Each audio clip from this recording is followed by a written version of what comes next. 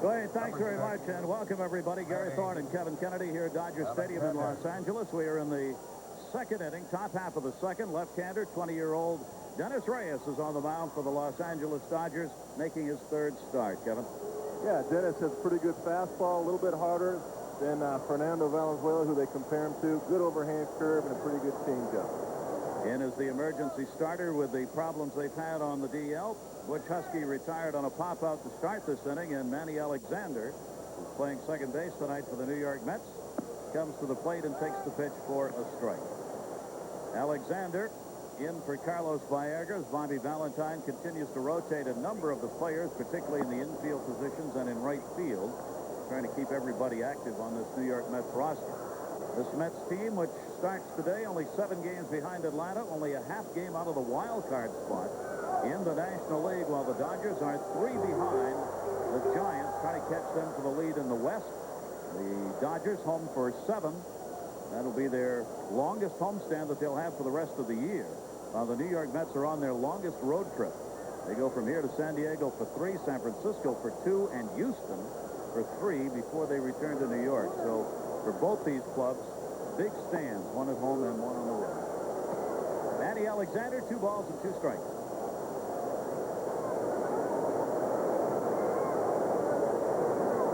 And a rip shot to left field. They were not playing him to pull the ball. Brett Butler over. That's a fair ball. Rolling into foul territory, and Manny Alexander makes his way down to second base with the 3rd hit of the ball game off the left-hander Reyes, a 1-out double here in the second. One thing that Reyes tries to do, he tries to throw a little cutter inside, and that's what that was to Manny Alexander. And as you said, they were playing him the opposite way, and nobody there. Of course, that's on the line anyway. Sure double. Brett Butler in left field with Roger Cedeno doing the work in center now. Manny Alexander on his second base, 1 away. Bottom of the order, Ray Ordonez coming up. The Mets shortstop hitting 8. Went 0 for 1 in the opener of the series last night. The Mets had their 5-game win streak ended last night as the Dodgers beat the Mets by a score of 8-3 behind Tom Candiotti, and lots of home runs in the ball game for both teams last night. 1 down here, runner at second base, the flip toss. Man, that's a move, Kevin, you don't see very well. That's something you don't encourage either. Labler hurt his arm doing that, but talking to Dave Wallace, Dodger pitching instructor, that's his best move. He's got a quick pickoff move to second doing it that way, and a quick step-off move to first base doing the same thing. So the Dodgers let him do that. Not something that you'll see very often, though. 1 down, Ordonez takes the breaking ball up high. Reyes, really, they did not want to bring him up this soon. He is one of the stars of their system, only 20 years old. He started out at AA ball and then moved up to AAA in Albuquerque and performed well in all of those situations. And they needed some help in the starter. Alexander goes. Tom Prince behind the plate, not in time. Stolen base for Alexander. Well, this was done strictly on the pitcher, left-handed pitcher with a big leg kick. Alexander gets a good jump. Definitely off of Reyes right here. The big leg kick. Alexander gets a great jump. And Prince, who throws very, very well, makes a nice throw, but Alexander beat the pitcher there. So a runner at third now for the Mets, 1 away. Ray Ordonez checking on the signs from Cookie Rojas, the third base coach. Bobby Valentine, the manager of the New York Mets, 56-43 on the season. He loves to squeeze. Pitch taken inside. The Dodgers here in the second inning have moved their infield in. And a 3-0 count on Ordonez. Well, and they do that also with the pitcher on deck. Try to cut off the run right here. And they say, if there's a big hitter on deck, you probably wouldn't do this, but they're gambling with the 8-9 spot in the order right here. And Ordonez takes for a strike. Ray Ordonez, not known as the guy who drives the ball hard, batting .246, only has a couple of doubles and 3 triples, only 5 extra base hits. Better numbers, as you see, against the left-hander. 20-year-old left-hander delivers the 3-1, and that one out to left. Butler tagging Alexander. Brett Butler with 2 bad shoulders makes the throw to the plate, not anywhere near in time. Ordonez will be credited with a sac fly in the RBI, his 20th run batted in, and the Mets take a 1-0 lead. Well, with a lot of left fielders, that ball wasn't hit very deep, but Brett Butler is playing left field. for the exact reason you said, Gary. That's because he has this sore arm. It's almost forced him to retire a couple of months ago, but he's come back. Daniels played well, taking over the center field job, and Brett had nothing on the throw. Well, the Mets with a 1-0 lead, 2 down, bases empty, and Brian Bohannon called up from AAA yesterday to come in for the New York Mets and make the emergency start for them. He had been with the Mets earlier this season, has appeared in 6 games on the year, has a 1-1 record. Started only 1 game, however, at the beginning of the year, then got sent down to AAA. So kind of an unusual situation tonight with Bohannon a call up from AAA because Armando Reynoso is out with a bad shoulder. And then the other side of it, Dennis Reyes coming on because the Dodgers were short. It may be Reyes' last start for a while. Right. It may be Bohannon's only start with the Mets. Well, Brian's been around a little bit. Former #1 pick with the Texas Rangers. Last year, pitched some for the Detroit Tigers. But he's left-handed with a good arm, and you never know when he might turn the corner. 2-2 delivery with 2 down, and he fouls it back. Bohannon's 0 for 3 at the plate this season. A 90-mile-an-hour fastball by Reyes touched on that he throws harder than Fernando Valenzuela, who they compare him to as far as size and delivery. And then he takes something off that and gets the strikeout. Bohannon retired, but the Mets pick up a run here in the 2nd inning and have a 1-0 lead with the Dodgers coming up in their half. Curveball and his changeup and his two-seam fastball these days, but always had a very good arm. Dropped in a nice overhand curve, and first go around, the first 4 hitters, we saw a lot of off-speed stuff. And he will be facing to lead it off here. Todd Zeile 1 for 3 in the opener last night. And he takes the pitch for a strike. Wally Bell working the plate tonight. Larry Vanover's at first. Jerry Crawford at second base and Ed Montague at third. The umpiring crew on just another beautiful Southern California evening here at Dodger Stadium. Another great night for baseball. 1 ball, 1 strike count.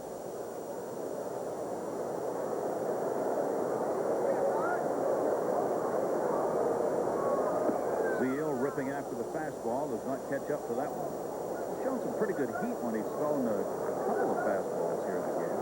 Yeah, he's hit 88, 89 on a 4-seam fastball. We've seen a 2-seamer tonight that he throws in the low 80s, 82, 83, that'll throw it down the way of the right-hander. Zeile is hitting just 225 off the left-handers, takes that pitch outside and leaving the count up at 2 balls and 2 strikes. Pretty good pitch right there. Pretty good sequence so far. Dodger players taking a look at Bohannon for the first time. Jammed him and got a base hit. Bernard Gilkey out in left field, up with it. And there's the first hit for the Dodgers, a leadoff single, and Zeile's on at first.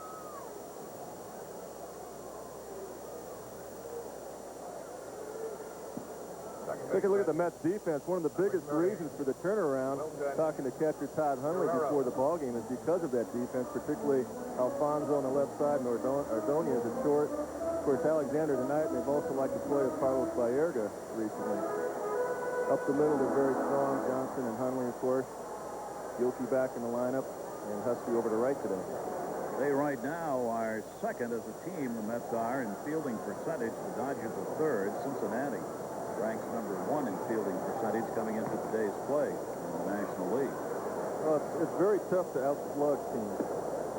This is the National League, American League, of course. That's what you see is the DH. But it's very tough to score 6, 7, 8 runs every night. So that's why teams build on pitching and defense. Bobby Valentine, a defensive ball player when he played with the Dodger organization, infielder, fine shortstop before the injury ended his career a little early, and he has preached defense throughout. He said right from spring training from the get-go, he says there are a lot of things we can't control. Hitting happens to be one of them. He says we can always play good D. Edgardo Alfonso. Well, there it is right there, and Alfonso is playing up on the grass, and it showed good reactions right there going to his left. Third base is a reaction position, and he was ready for it. This is a Gold Glove to be and an all-star third baseman, 23 years old. And this ball has smoked the left side of the field here, and he's a good 5 to 8 feet on the grass. And makes the play. He's been doing that regularly. He is a quality person and a tremendous third baseman. And the breaking ball is taken up high by Tom Prince, who's doing the catching tonight. Mike Piazza out of the lineup. The hamstring pull has kept him out of last night's game tonight and probably will not play tomorrow either. He hopes to get back latter part of this week. play tomorrow. Prince, the backup catcher, getting the starts. And he goes towards short. Ray Ordonez, Manny Alexander to Olerud, and they turn 2. No runs, a base hit, and nobody left on. We've completed 2 here at Dodger Stadium. The Mets leading the Dodgers 1-0. Lance Johnson leading it off. Bernard Gilkey batting second. John Olerud.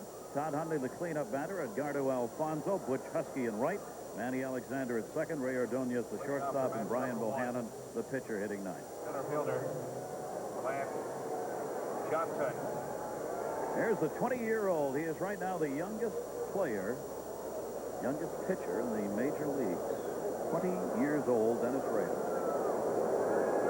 And Lance Johnson, the leadoff batter, fouls it back. Well, the Dodgers keep producing pitching, and that's what they preach. And it's another Mike Brito find, who found Fernando Valenzuela many years ago. Johnson's got an 0 for 5 going in this series against the Dodgers as he flew out to left field his first time up. He has suffered this season with severe shin splints that have kept him out of the lineup at times, and was cut down on his running game and his total offense. In fact, he is nowhere near the number of infield bunt hits that he picked up last season. Shin splints, not much you can do about them. You're going to have to play through it, take some days off, especially on the artificial carpets. That's as bad a cut as he may ever have. Romer's got it. Lots of baseball played today. Let's check in with Bill Pito. Bill? All right, Gary, Manny Romero waited 10 years in the minors for his chance at the bigs. This is his second home run since he's been called up. Comes in the second, puts the Padres up over the Pirates by the score of 3-0, and it's now 6-0 San Diego on the bottom of the second. Bernard. San Diego 8 games behind San Francisco in third place in the West starting today's play. Trying to gain some ground in that one. San Francisco won their ball game today. And then Los Angeles second here tonight. Bernard Gilkey singled his first time up. Gilkey's been moved up into the number 2 spot. He had been hitting in the number 5 spot most of this season. Bobby Valentine made the move last week, hoping for Gilkey to get some better pitches to hit up in the order. What do you think? Pretty good fastball hitter. I remember Gilkey several years ago in the AAA All-Star game. Chance to get a good look at him in the minor league. And Brian Crawford come up to the Cardinals at the time. His average compared to the same time last year is almost, it's 93 points less than what it was last year. Bernard Gilkey had a great season. Yeah, he's always been a good hitter. I think good hitters will hit unless there's something physically wrong with them. It's just a matter of time. And there was a right shoulder that bothered him for the first half of the season. And guys try to play through injuries. Eric Karros went through the same thing early in the season for the Dodgers. Had a shoulder injury that he really didn't talk about here in Los Angeles. Gilkey's done the same thing. And those are gamers. Those are guys you want out there. Let people on the inside know these things. And guys take a lot of hits in the public eye sometimes and on radio shows. But compare Gilkey and Karros for the same reasons they struggle. 3-2 delivery, and that misses up high. Bernard Gilkey is on with Olerud coming up. First, Bill Pito. Bill. All right, Tony, Gary, take 2. This is Tony. Tony Gwynn here. In that second inning, we told you it was 6-0. Gwynn now 2 for 2. He's hitting .390, 2 runs coming to score. 6-0. Gary. Thank you, Bill. Believe me, I know the feeling. Runner on at first base and 1 away. As Gilkey's on and John Olerud up, pick up a single his first time up. First time through the lineup, Gilkey got on with a single and Olerud on a hit and run. Put a base hit out there, putting runners at first and third in the first inning. They were stranded. Perfectly executed, too. The shortstop was covering, and Olerud hit it to the left side. Good bat control. John Olerud did not dip below the 300 mark for an average until after the All-Star break. He was up around 340 for most of the first half. He has been a bit tentative, his own feelings, at the plate here since the All-Star break. That one towards the middle is a base hit. Cedeno will come over to get it, and the Mets have 2 on and 1 away here in the third. That was almost the same spot he hit in the first inning, the same type of hit. He stayed inside the ball with his hand and drove it into left center field here. Number 9. Prince sitting outside. That ball basically is down the middle. Olerud stays inside the ball and dumps it into center field. So the Mets have picked up 4 hits off the left-hander. And now Todd Hundley will come to the plate with one down and runners on at first and second. The third in the National League in that slugging percentage, and a very fine .297 average for Todd Hundley, who came into this season with a career batting average of .238. But he's flirting with .300 right now. This, however, is not his strong side. He is a switch hitter with a lot more power from the other side of the plate. He's batting just 276 decent, but only 3 of his 22 home runs have come from this side. He tends to take the high fastball and strikeout when he's batting right-handed. And that's what Reyes and Prince did to him in the first inning with a couple of guys on. He had first and third and one out and got him to chase for strike 3, a high fastball out of the zone. So that's the way they're going to try to get him out right-handed. Todd is tied for 7th in home runs in the National League, and he is 4th in 3 passes this year. 2 on, 1 away. And again, the fake to second base by Reyes. Well, what Reyes is going to have to do is shorten his stride going to home plate with the runner at second, because Gilkey runs pretty good. Good off-speed delivery in there. 1-1 count to Todd Hundley. Reyes has worked just 12 2/3 innings in the previous 2 starts. He got the victory in the opener that he pitched his first big league game against Atlanta, for the loss rather to Atlanta. Last, I think he beat San Francisco in his major. He faced in the big leagues with Barry Bonds when he first naturally gets treated with a long 2-run home run. So he settled down after that, though, after the first inning against San Francisco, and pitched 5 or 6 scoreless innings. Pitched very well. Dodgers has been on a tear of late, winning ball games. Throw to first. Olerud back. Tom Prince gunned that one down. 2-2 count to Hundley. Prince has got a strong arm. Well, he really is the best defensive catcher, even though Mike Piazza has improved dramatically behind the plate. Tom is an ideal backup. And the other thing about Tom Prince is, Piazza sits out yesterday, and Prince hits the home run. Yeah. That's when you know things are going well for him. Absolutely. When the guy's producing. 2-2 count on Hundley. And he's gone. Struck him out for the second time, a breaking ball. And Reyes has 3 Ks in the game. 2 away in the third. Pretty good sequence in this at bat. They go changeup away, fastball away, now curveball down in the dirt, and get Todd to chase it. So they struck him out the first time up, fastball up and in. This time, curveball in the dirt. They've thrown everything at Hundley, and as they should. He's their all-star. Piling the pitches up pretty early in the ball game. Well, I've compared him to Fernando. That's a little bit like Fernando. Yeah. A lot of full counts.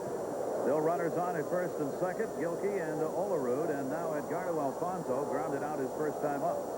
Alfonso, 9th best in the league average-wise, and he's the best on the New York Mets, both in overall average and with runners in scoring position this season.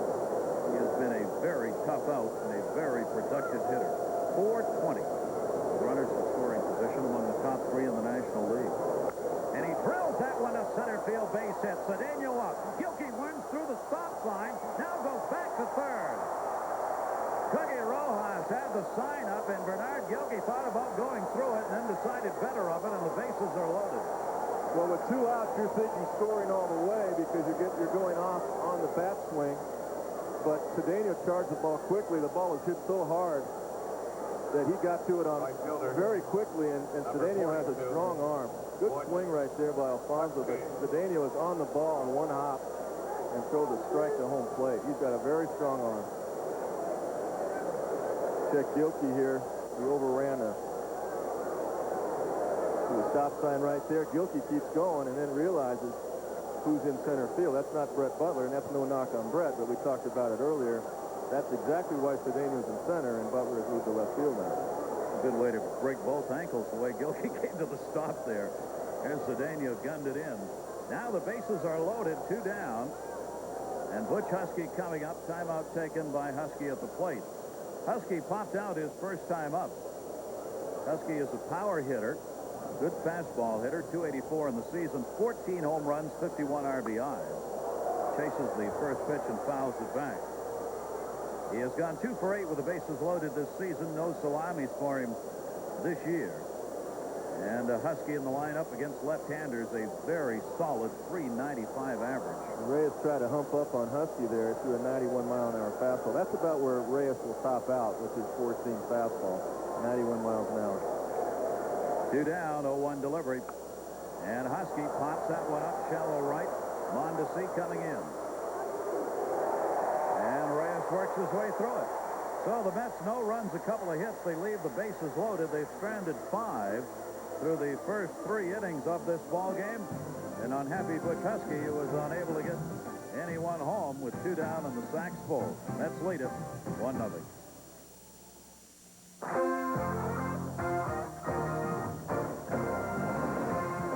ESPN's presentation of Wednesday Night Baseball is brought to you by Jiffy Lube, America's complete preventative fluid maintenance service provider, every 3,000 miles.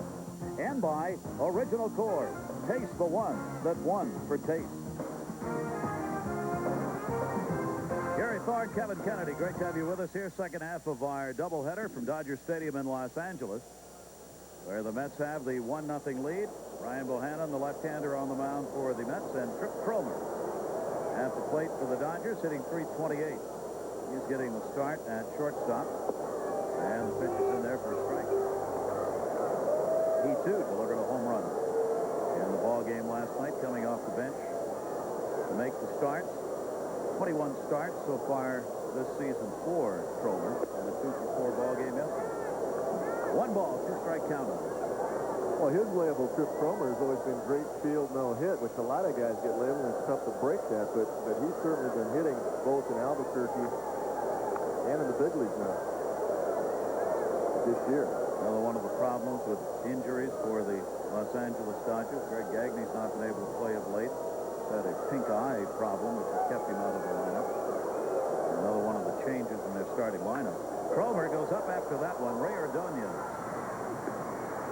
One away here in the 3rd inning. Reyes coming up the pitcher, and then the top of the order, Brett Butler for Los Angeles. Pitcher, number 57, Dennis Reyes. Reyes has gone 0 for 3 at the plate in his chances at the major league level. Well, we talk so much why he's compared to Fernando. Mike Brito, the Dodgers scout, who is behind home plate with the Panama hat, you can see he got the gun back there. He's the one that signed Fernando back in the 70s, and now he finds Reyes in Mexico as well. And he has a little comparison physically, although he's a right-handed hitter. Fernando Valenzuela is a left-handed hitter. I keep wondering, I keep reading the story, and I didn't have a chance to ask Mike about this, Brito, that when he was a bat boy, Reyes, while his dad was playing for Brito's team, said he wanted to be signed by Brito. Brito said, I only sign left-handers. He struck him out here. So he became a left-hander. That's right. That's amazing. That's right.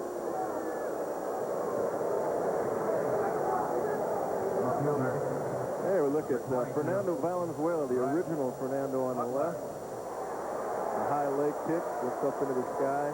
Big finish. And a little bit similar delivery right here. High leg kick by Reyes. And a similar finish to his delivery. So the Dodgers certainly hope they have the reincarnation of Fernando Valenzuela right here with Dennis Reyes. Lightning in the bottle a second time wouldn't be too bad. Brett Butler is up. Butler grounded out his first time up, 0 for 6 against the Mets in the 2 games. Brett's still batting at .311 on the season. Still putting up some very solid numbers. Slaps that one to Ray Ordonez. The quick throw to first base, and a 1-2-3 inning for Brian Bohannon. We've completed 3 here at Dodger Stadium. The Mets leading this one by a score of 1-0. 5-0. The Dodgers just 1 hit off left-hander Brian Bohannon. Dodgers up here. That'll be fouled off. The Mets' Manny Alexander. Reyes back out on the mound. Alexander, double in the run scored in that second.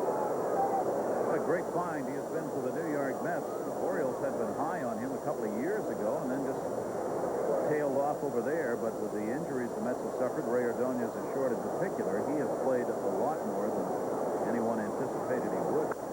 Drills that one left center field. They were not playing him there. Cedeno was shallow all the way to the wall. Alexander, second base, and will stop there. 2 doubles in the ball game. This one leading off the 4th inning.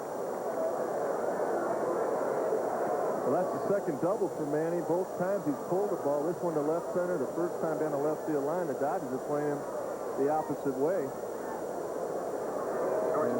Reyes misses his location. You see Prince missed inside there. Prince was sitting up outside. And Cedeno's playing him in right center. He still cuts to the ball very quickly to keep Alexander from getting a triple. 9 doubles on the season now for Manny Alexander in less than 150 at-bats.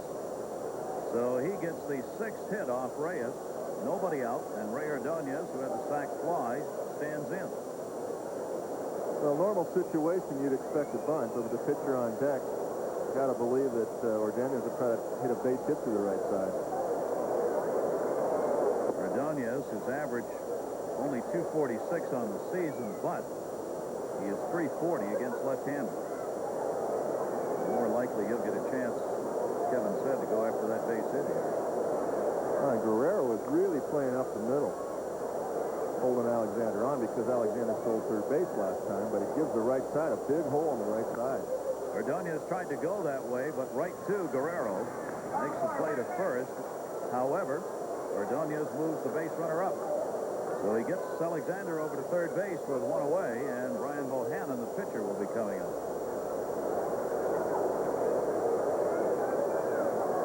Reyes here, he's not going to fool around at all. Bohannon is 0 for 4 in his major league career at the plate.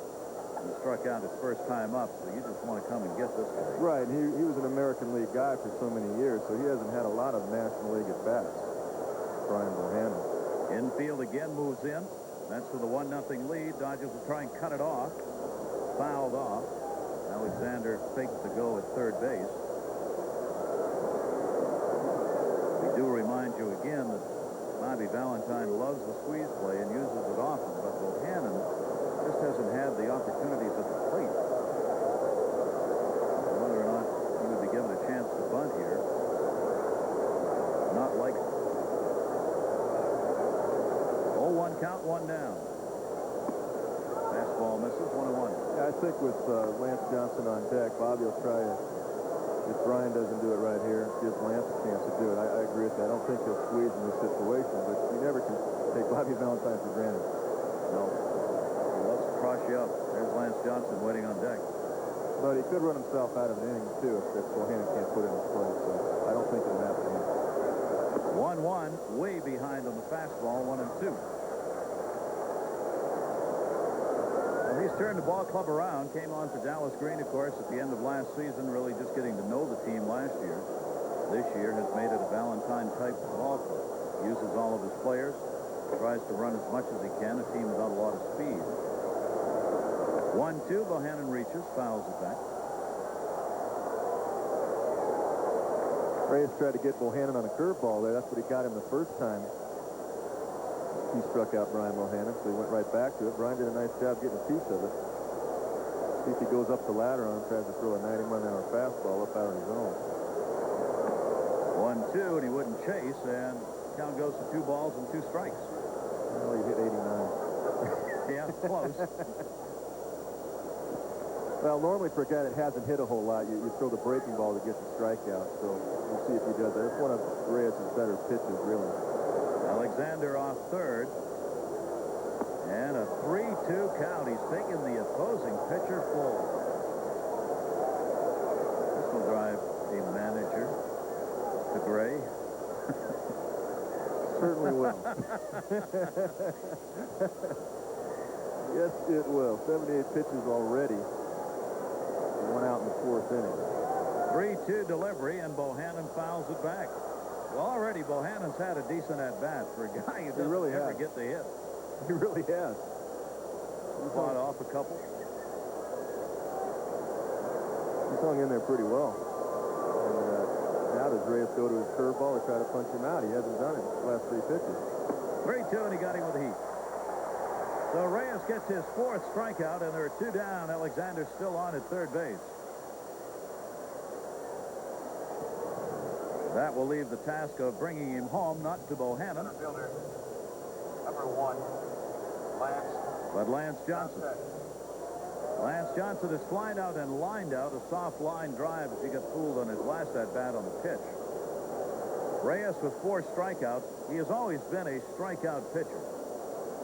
He led the entire Dodger minor league organization last year with 176 strikeouts.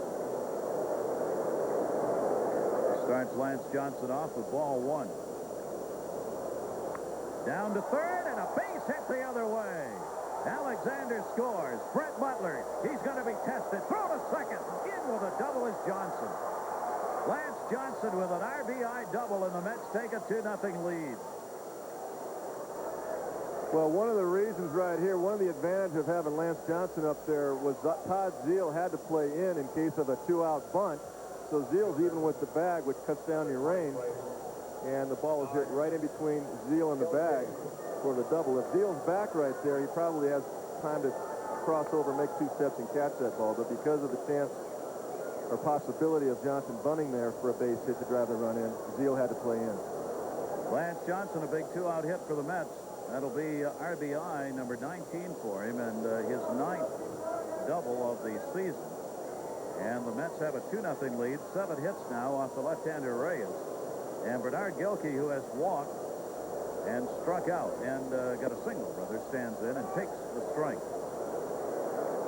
The Mets are getting some clutch hitting. Well, that's the advantage of speed, too. It changes your defense. You've got to play in on the corners. A guy like Lance Johnson is able to slap it by Zeile. Off-speed deliveries in, and Gilkey's down on the count 0-2.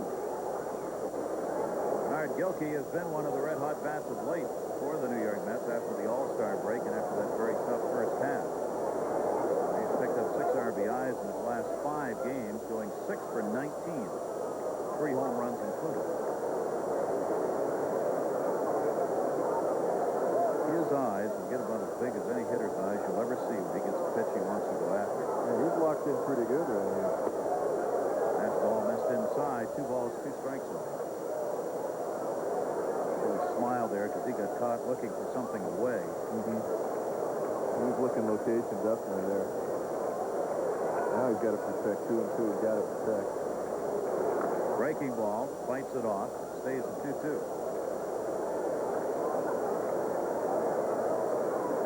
Bernard Gilkey can stay hot and have a big second half.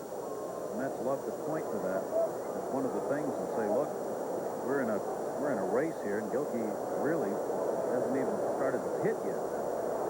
He can come along in the second half. How much more can we do? 2-2 delivery, and it's outside, and 3-2 on Gilkey. I don't think Reyes will be long for this game, even though it's only a 2-run game right now because his pitch count is so high. And I think Dave Wallace and Billy Russell will protect the young pitcher, which, as you mentioned, will probably be sent back tonight after the game, whether he wins or loses, because Valdez is ready. 3-2 delivery, breaking ball, close. Did he go? Yes! Punched up by Larry Vanover. Gilkey staring down the line at him, but it's a strikeout, the 5th for Reyes, so the Mets garner a run on a couple of hits. 2-0 lead for the Mets in the second of this 3-game stand. The Dodgers on the season have won 4 and lost 2 against New York. They are down 2-0 here. Brian Bohannon, the left-hander, making just his 2nd start of the year, as we said, called up in an emergency situation to start against the Dodgers tonight.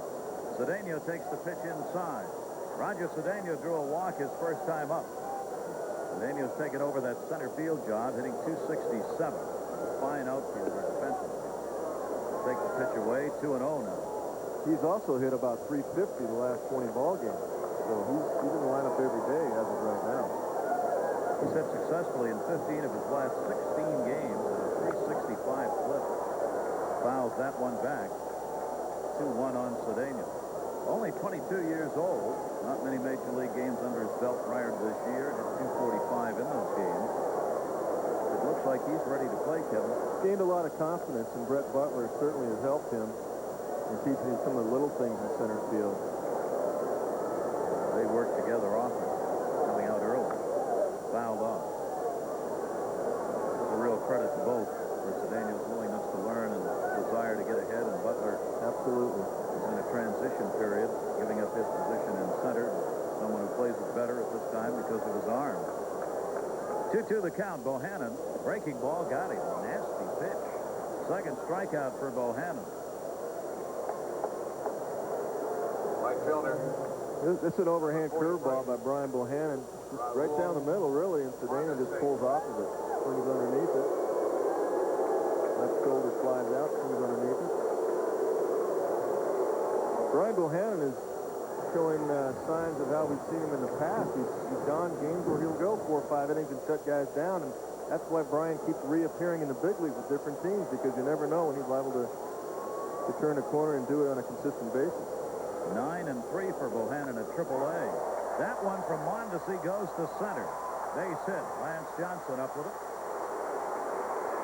Mondesi delivers the base hit. He's 1 for 2 in the ball game. Dodgers get just their second hit of the game. Monty's a first ball fastball hitter, and that's what he got. A fastball up, out over the plate. Hundley sitting inside, but Bohannon misses location. The ball's up and away, and Monty gets it into center field. Well, Mondesi on at first, 12-game hitting streak. There are the numbers he's put up during the streak.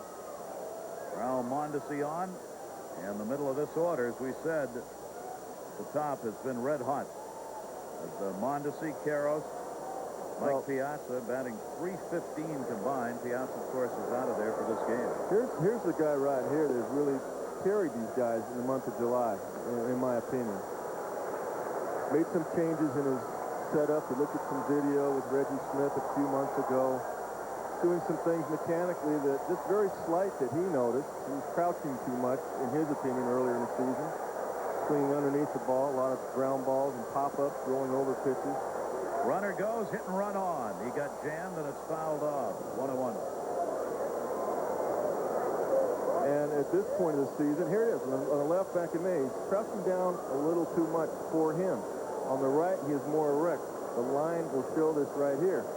Standing straight up currently, and it enables him just a very slight move, very slight adjustment. Enables Eric Karros to get on top of the ball and hit the high fastball. In the last 24 games, the numbers speak for themselves.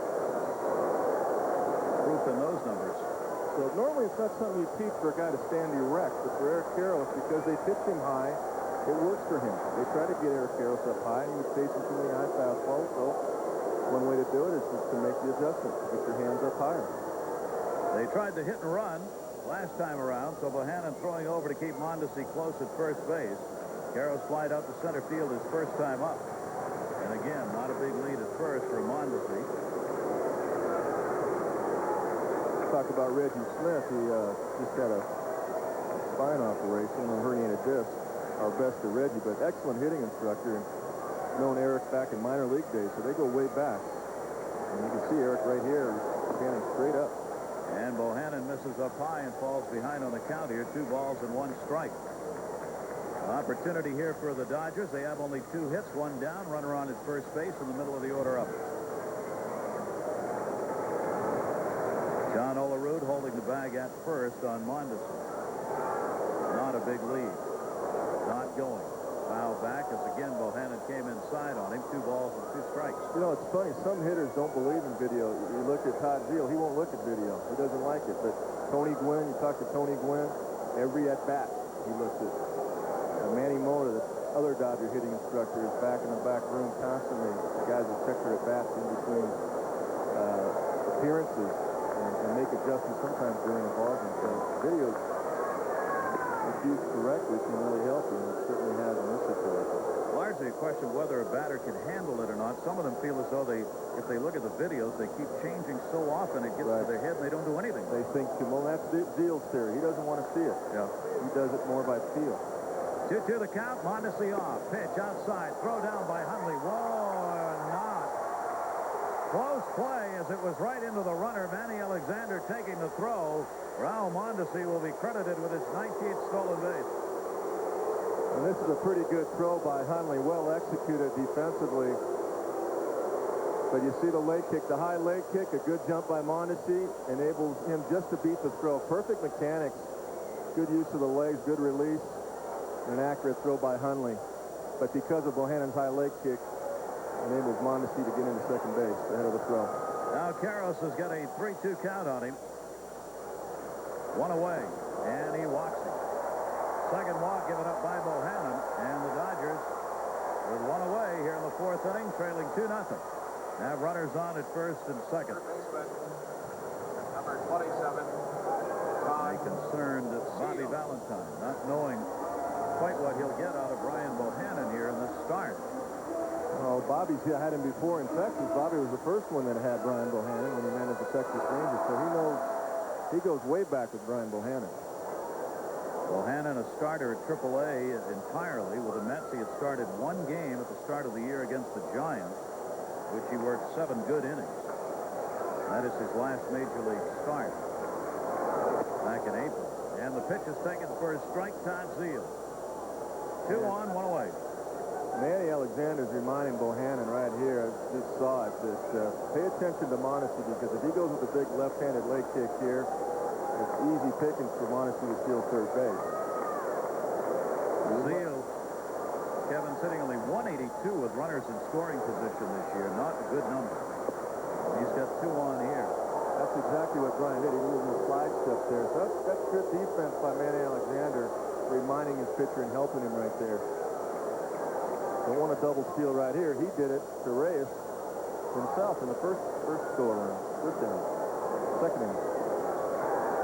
Alexander jockeying out there, trying to keep Mondesi close at second base. 0-2 count. And the fastball is down low. 1 ball, 2 strike count on Todd Zeile. And Corey Lytle up in the bullpen for the Mets. Bobby Valentine will not waste a lot of time here if Bohannon runs into trouble this inning. 1-2 delivery. Popped at the plate. A foul ball. No, fair ball. Throw to first. They get the out. Everybody stop. That is the home plate umpire's call, and I thought he called foul ball. I think the right hand went up first, and the ball died inside the line. And then he called it fair. That'll move Mondesi over to third, Karros to second base, but everybody froze, believing when he put both arms out that it was a dead ball. And there have been protests over that before. If it's called a dead ball, technically you can't change. Once you've called it dead, a new ball cannot be put in play until the pitcher gets on the mound, throws a pitch. It's a technicality in the rule book that could have been called. Let's see what his hands are. Yep. That was, he called it a dead ball at first with both hands up. That's what the signal is. The umpire does both hands. And then he went fair. And Billy Russell would have had an argument if he wanted to go out there. Because what happens, it makes the runners stop. And if they turn a double play, it's definitely a protest situation. Wilton Guerrero, 2 down. And a big chance here. Takes the pitch on the inside corner for a strike. Guerrero lined out his first time up.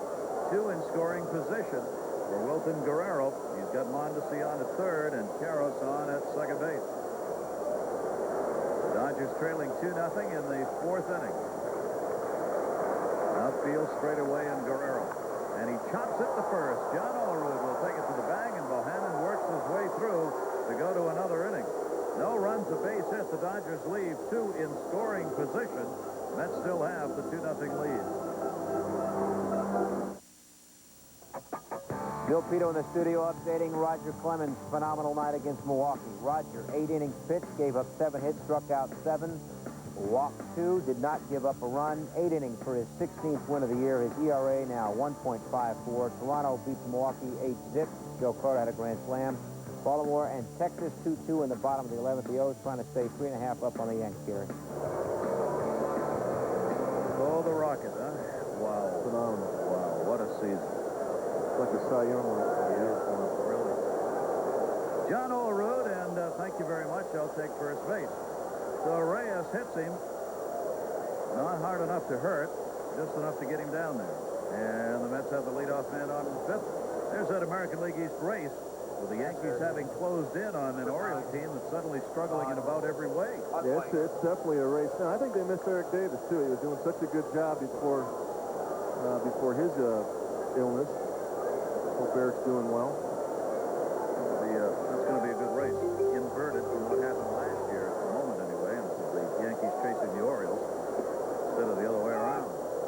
And Todd Hundley with a runner on at first base. Todd has struck out twice. as he's been caught once with high heat, then with a breaking ball. Reyes has struck out 5 in the game and walked 1. Finally fouls that pitch back 0-2. That was a changeup, 69 miles an hour. I mean, they are really pitching hungry tough tonight. Up and in with the fastball, curveball down the dirt, changeup. Of course, when a guy has 22 home runs like he does, you're going to pitch this guy tough. You're going to throw him everything you got. Yeah, real careful. 28-year-old catcher grounds that one. Guerrero. There's 1. Relay. Cromer. There's 2.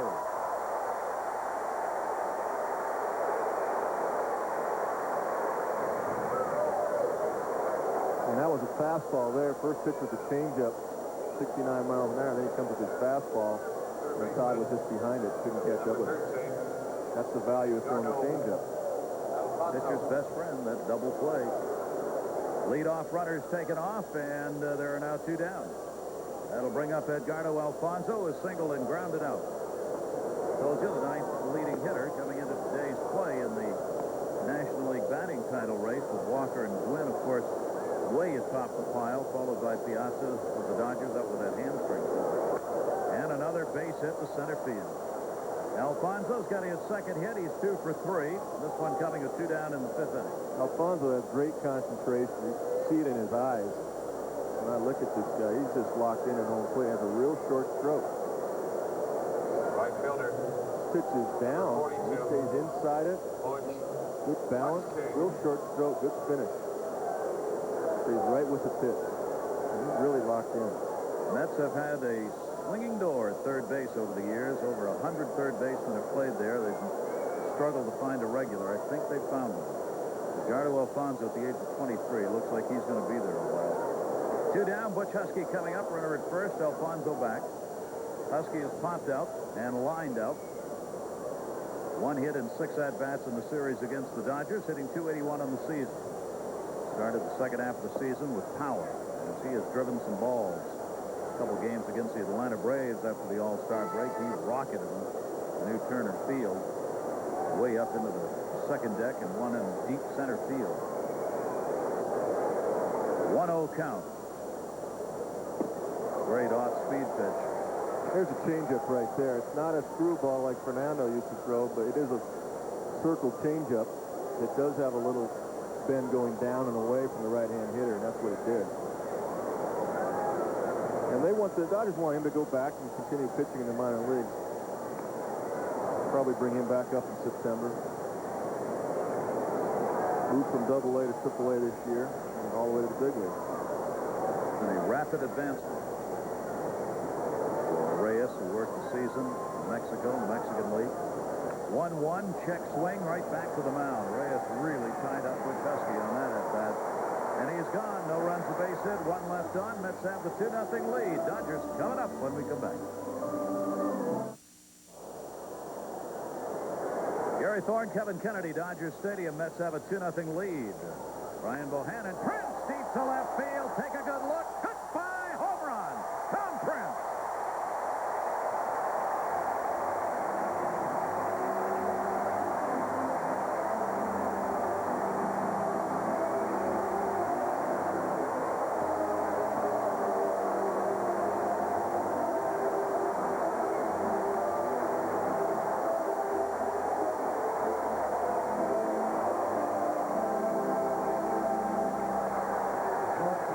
Second home run of the season, getting a chance to catch.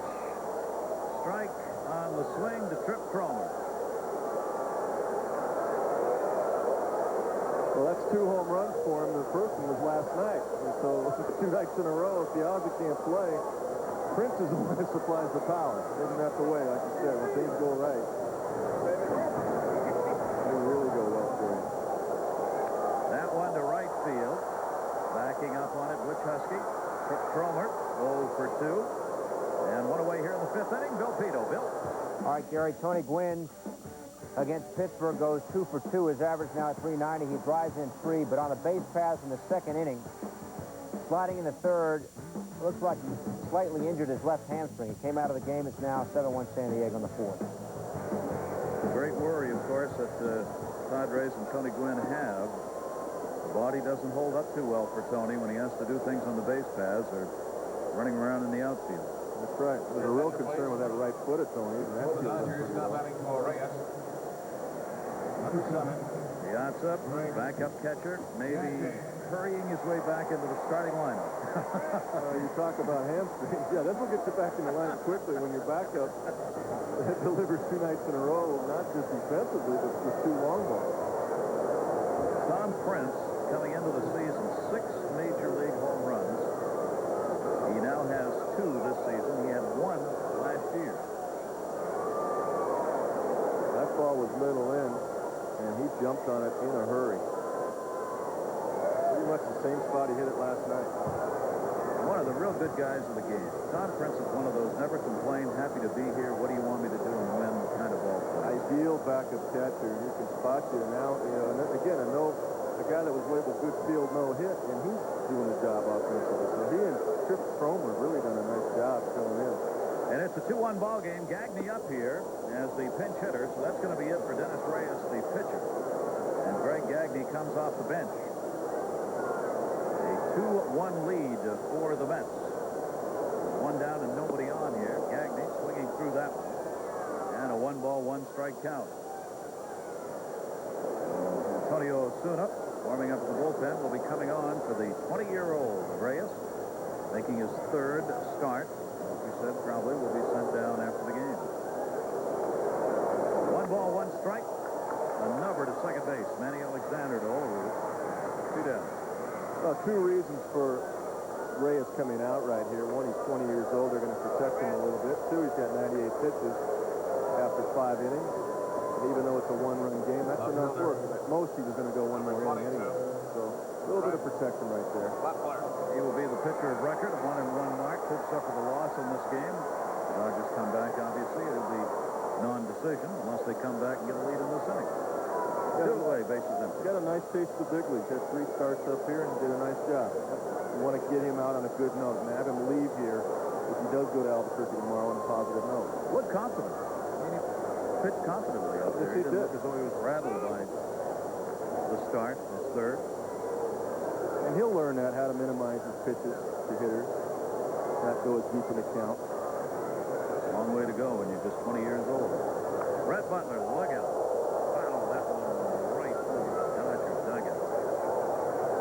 2-strike count on Brett. Talking with Butler before the game, Brett told me, and I don't think he'd mentioned this anywhere else before, both of his shoulders have torn labor. He is going to have both of them operated on at the end of this season. And he says, you know, I've really come to the point where it's about time. I've got to get healthy. He says, I'm not healthy. I can't get healthy with the major league pace. And he's ready. He said, if the team thinks I can help them, as long as that's the case, I'll stay and play. But if they or I or both of us come to the conclusion I'm not helping this team, they won't have to ask me to leave. He would like to stay in the game as a GM or manager. 1-2 breaking ball, just missed outside. And the count goes to 2 balls, 2 strikes on Butler. And then his hair will really start turning gray. Yeah. Thinks he's not healthy now. Wait till he takes one of those 2 jobs. 2 balls, 2 strike count. And Butler slaps it into left field. There's a classic Brett Butler base hit. He's on with 2 down. Center fielder, number 45, Roger Cedeno. Yeah, Hundley's sitting outside. Brett Butler just stays inside the ball, drives it to left field. Always has the advantage of the drawn-in 3rd baseman because he is such a great bunter, probably the game's best bunter. So he gets that little extra room with the 3rd baseman in 3 steps, and that allows him to drive that ball through. So the Dodgers have, with 2 down, a potential tying run at first. Butler, who can still steal a base, is faking. He had me faked up. Took 2 steps. He had a pretty good lead over there and took 2 steps and then shut her down. Well, Brett was looking for the high leg kick there, and Bohannon went with a slide step. And that's why Butler had time to shut it down. He recognized it, knew that he was going quicker to the plate to give Hundley more time to throw him out, so Brett cut it down. Roger Cedeno, the 22-year-old center fielder, will try and move him around as walked and struck out. Batting at .265, Bohannon delivers to him, and the breaking ball's inside. There's an interesting thing right there that young pitchers out there should learn. If you're going to go slide step, don't always throw your fastball. Be able to throw your changeup and your curveball off the slide step. That's what Bohannon did there. Because big league hitters will recognize that, as will the base runners. Cedeno waiting, fooled on the off-speed pitch away. That looked like a Scroogey, and it's 1 ball, 2 strikes. That was. He turned that over a little bit. So he's able to throw again off the slide step a curveball, fastball, and a changeup. That's a credit to Brian Bohannon. Otherwise, the hitters know if you go slide steps and you always throw fastballs, the hitters know it before you release the ball. 1-2 fastballs up high, 2 balls, 2 strikes. And there are several big league pitchers that still do that. Yeah. And they get red on that early. It doesn't take very long for opposing teams to have their scouting report show that one. That's right. Cedeno's got Butler at first, held by John Olerud. Brian Bohannon, Butler goes, breaking ball, strike 3 called. It won't matter. Strikeout at the plate on Cedeno will end the inning. Bohannon's got 3 strikeouts in the ballgame. A home run by Tom Prince, who puts on that equipment, has given the Dodgers a run. 2 runs in this game. Ordonez drove him in on a sac fly, and Lance Johnson the other time a double. And now the defense is playing him straight up on a power pitcher, so maybe he may go the other way this time because Osuna throws a lot harder than Reyes does. But Cedeno's playing just a little bit to left center now. One of those where you just can't get it right. Can't get it right. They go left. Exactly. Now they're moving Cedeno straight up, and we'll see if eventually he moves into right center. Scouting report. Yes. Alexander, the 0-1 count to him. Slider down and away, and quickly it's strike 2. That's the breaking ball right there. It'll be the 26th game for Antonio Osuna. The bullpen of the Los Angeles Dodgers has come along for them. The best ERA right now in the National League. And he gets the K on Alexander, 1 down. Shortstop, number 0. This is a little late breaking slurvy type slide. It's more of a slider. And out of the zone, and Manny chased it. Looked like a fastball to him. You see his tail going the other way as the ball was down and away out of the zone. 1 down, and Ray Ordonez will face Osuna. Ordonez, the RBI with the sac fly, and grounded out in his last at-bat. Outfield shallow, moved around to right field on the Met shortstop. We were talking, Kevin, about Cedeno in center. He is one of those center fielders, and there are only a couple that generally play very shallow. Yeah, the real good center fielders, and I can remember thinking of Paul Blair with Baltimore, the real good center fielders have confidence in playing shallow and learning how to go back on the ball, and that's the best way to teach the young center fielders. He is shallow now. Andrew Jones, who's doing the work for the Atlanta Braves. Kenny Lofton, of course, out for the injury. We've seen him play a number of times this season. May play as shallow a center field as anybody, and is an amazing defensive ball player. Another youngster in that Atlanta organization. 1-1, foul back. Whoever would have thought Lofton goes out, Jones comes into play.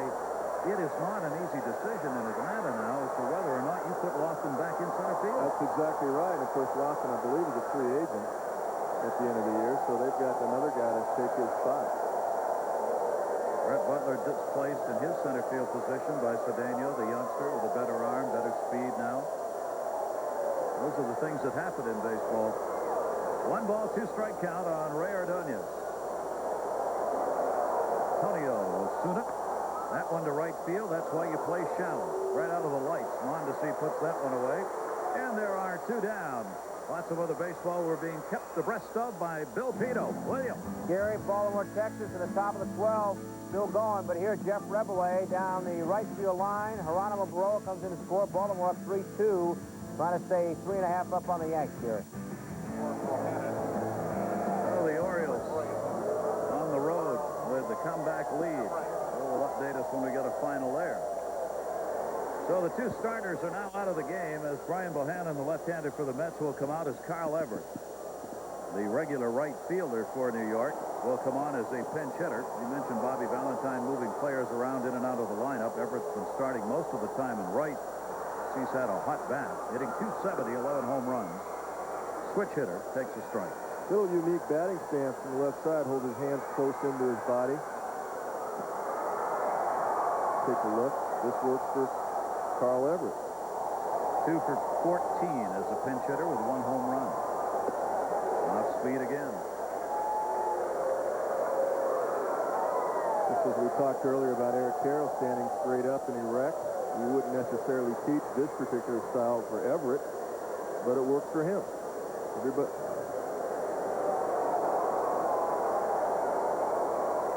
0-2 count, nobody on. And Osuna gets another one down and away. Good inning. Antonio Osuna retires the side in order with 2 strikeouts. Dodgers trailing 2-1, but they've got some big guns coming up as Bohannon leaves. Starters brought in for different reasons. Reyes working here in his 3rd start, probably his last with the Dodgers for the time being because they had Valdez out of there. And Brian Bohannon called up. Armando Reynoso out with the injury. Good job by both of them. Both guys did an excellent job, really. Brian Bohannon had a very low pitch count, really. 74 pitches, 46 strikes. Did a very nice job. 15 pitches an inning is an average. He did a very, very good job. Born in Hollywood, California, now lives in West Covina. This is Corey Lytle. 25-year-old right-hander for the New York Mets, who started at their AAA organization in Norfolk. A basic fastball, slider, curveball pitcher with a changeup he's working on. Throws fairly hard. He'll get it up there near 90. He's been both a starter and a reliever for the Mets this season. At AAA ball, he had all of his appearances as a starter. With the Mets, he's done both. And he's shown himself to be available as a workhorse. This is the guy to watch out for first pitch right here. And they did. Didn't get it in there. He's a first ball fastball hitter, and they did start him with a curveball, so I think it was the right pitch selection. Just bounced it in there. Mondesi's a very aggressive hitter. Likes to hit early in the count. Mondesi's extended his hit streak to 12 games as he picked up a single in the 4th inning, 1 for 2. Lytle gets the inside corner call on that one. 1 ball, 1 strike on Raul Mondesi. Versus the Mets this season, nowhere near his .292 overall average. These two teams have not done particularly well offensively against one another on the big ouch. A 1-2 count on Mondesi. The Mets came into this game hitting .166 against the Dodgers in 6 games.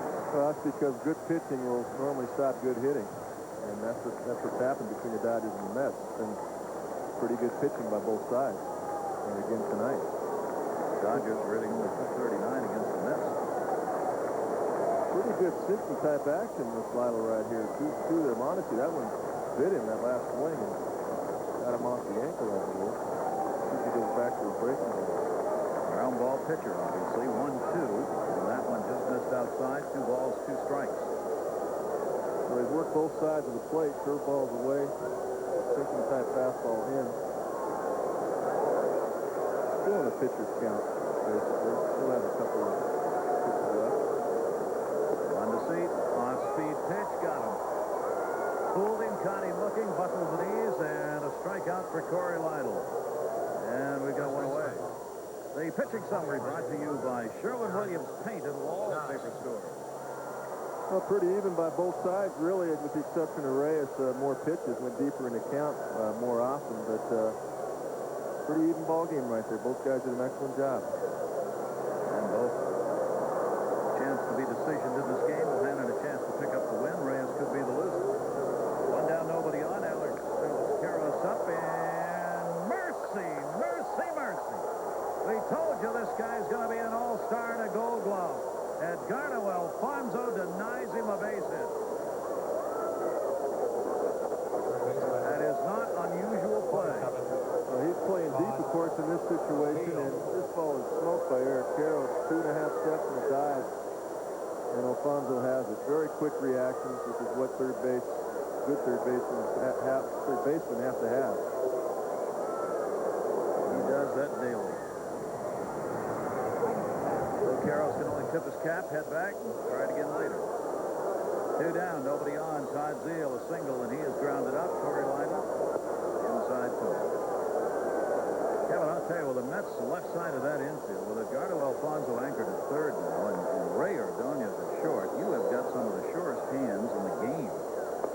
It's exactly what Todd Hundley was talking to us about before the game. He said that's the biggest difference from a year ago is the defense. All things being equal, all the changes, this and that, it's the defense. Lytle coming right at him. 1 ball, 2 strikes. Ordonez can put on some of the flashiest plays you'll ever see in every way. Throws off balance, throws off the wrong foot, makes one of the best pivots you'll ever see at second base. Olerud is a great pickup guy at first. He is. I mean, John can save you an error every few games that you need. Foul back. 1 ball, 2 strike count. Well, their center fielder, Lance Johnson, normally has been a very, very good center fielder. He's had the shin splint problems, but pretty strong defensive ball club all the way around. It'll make your pitching staff a whole lot better. Absolutely. Well, it eliminates the 4-out innings of the lineup turnover. Those good hitters get their stiff at bat. In the 9th inning, they're going to get their 2 hits. And Lytle's got him on the outside corner strike. So Corey Lytle comes out and retires the side in order, including a couple of called third strikes. Lance Johnson, Mets center fielder, Husky, coming on. The Senior British Open from Clough, Northern Ireland. Coverage of rounds 1 and 2 tomorrow and on the day after on ESPN starting at 10 o'clock. And then ABC's coverage, 1 o'clock Eastern, 12 Central, 3 Pacific. That will be coming your way Saturday and Sunday. ESPN and ABC back across the Atlantic. 2-1 ball game, 7th inning. Lance Johnson, the leadoff batter. He doubled, drove in a run his last time up, 1 for 3. Johnson at 298 on the season now. Lance a 293 career hitter. Led the league in hits last year and became the first player in Major League history to lead both leagues in hits. On occasion in his career, as he'd done it with the White Sox in the American League.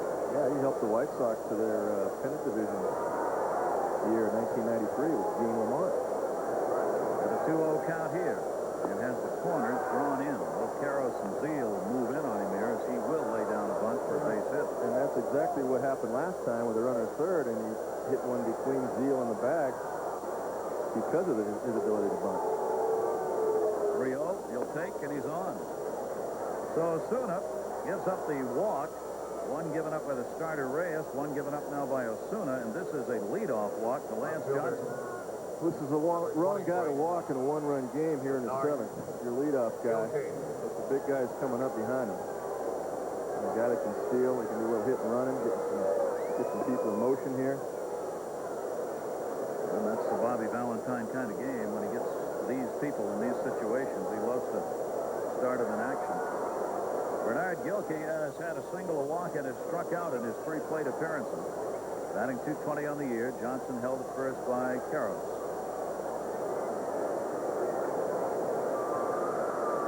Valdez ready to come back and get on the mound for the Dodgers, and Johnson again back, standing in a fairly close play.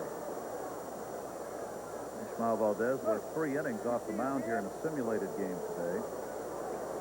They won't mind having him back. 2-1 lead. Mets on top. And the fastball's inside. And it goes 1-0. Oh, we had a chance to talk to Romo Martinez in the clubhouse, too. He also threw today in simulated. He said he felt great. So they may have both these guys back before not too long. Don't lose guys like that and not miss one. 1-0 count. 4 in a row, 5 in a row out of the strike zone now by Osuna. And he'll step off. Lance Johnson not a big lead at first base. A little bit of Ricky Henderson there, but by Lance Johnson. That right foot. Time the pitcher. Leading off that right foot. Osuna misses again, and he's behind here. 2 balls and no strikes, and now bring Prince out from behind the plate. Very distracting when a base runner like Lance Johnson does that, because it takes away from Osuna's concentration at home plate. He knows that Lance has the ability to steal. That Bobby Valentine may run here to a hit and run or a run and hit or even a straight steal. If you can take a little concentration away from home plate, you're going to make more mistakes to that hitter and throw more fastballs usually. 2-0 count. Johnson still on a big lead over there, and Gilkey will foul that one back, and a 2-1 count. Generally, when Lance Johnson's ready to go, you will see him literally turn his body towards second base, and he'll put one hand behind him and one in front so that it cuts down on that first jump step you generally need to take. He tries to eliminate that. He has not done that here so far. Well, they're in the typical hit and run count right here.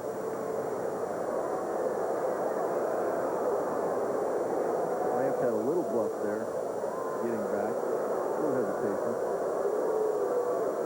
Steps it off a little bit more. 2-1 the count. Gilkey. Check swing. They want to check it first. Did he go? Yes. Larry Vanover. Gilkey's not had any luck on check swings tonight. That's twice. The last time was very, very close, and both times Gilkey has not gotten a call. I might believe 2-2. Bobby put him in motion right here. The Dodgers think so. There'll probably be a throw over to first. 2-2 the count, and there it is. Mookie Wilson, you see the first base coach talking to him there, one of the premier base runners in Major League Baseball history. He could pick him up and put him down. He was a great base runner. Been a great instructor for the Mets.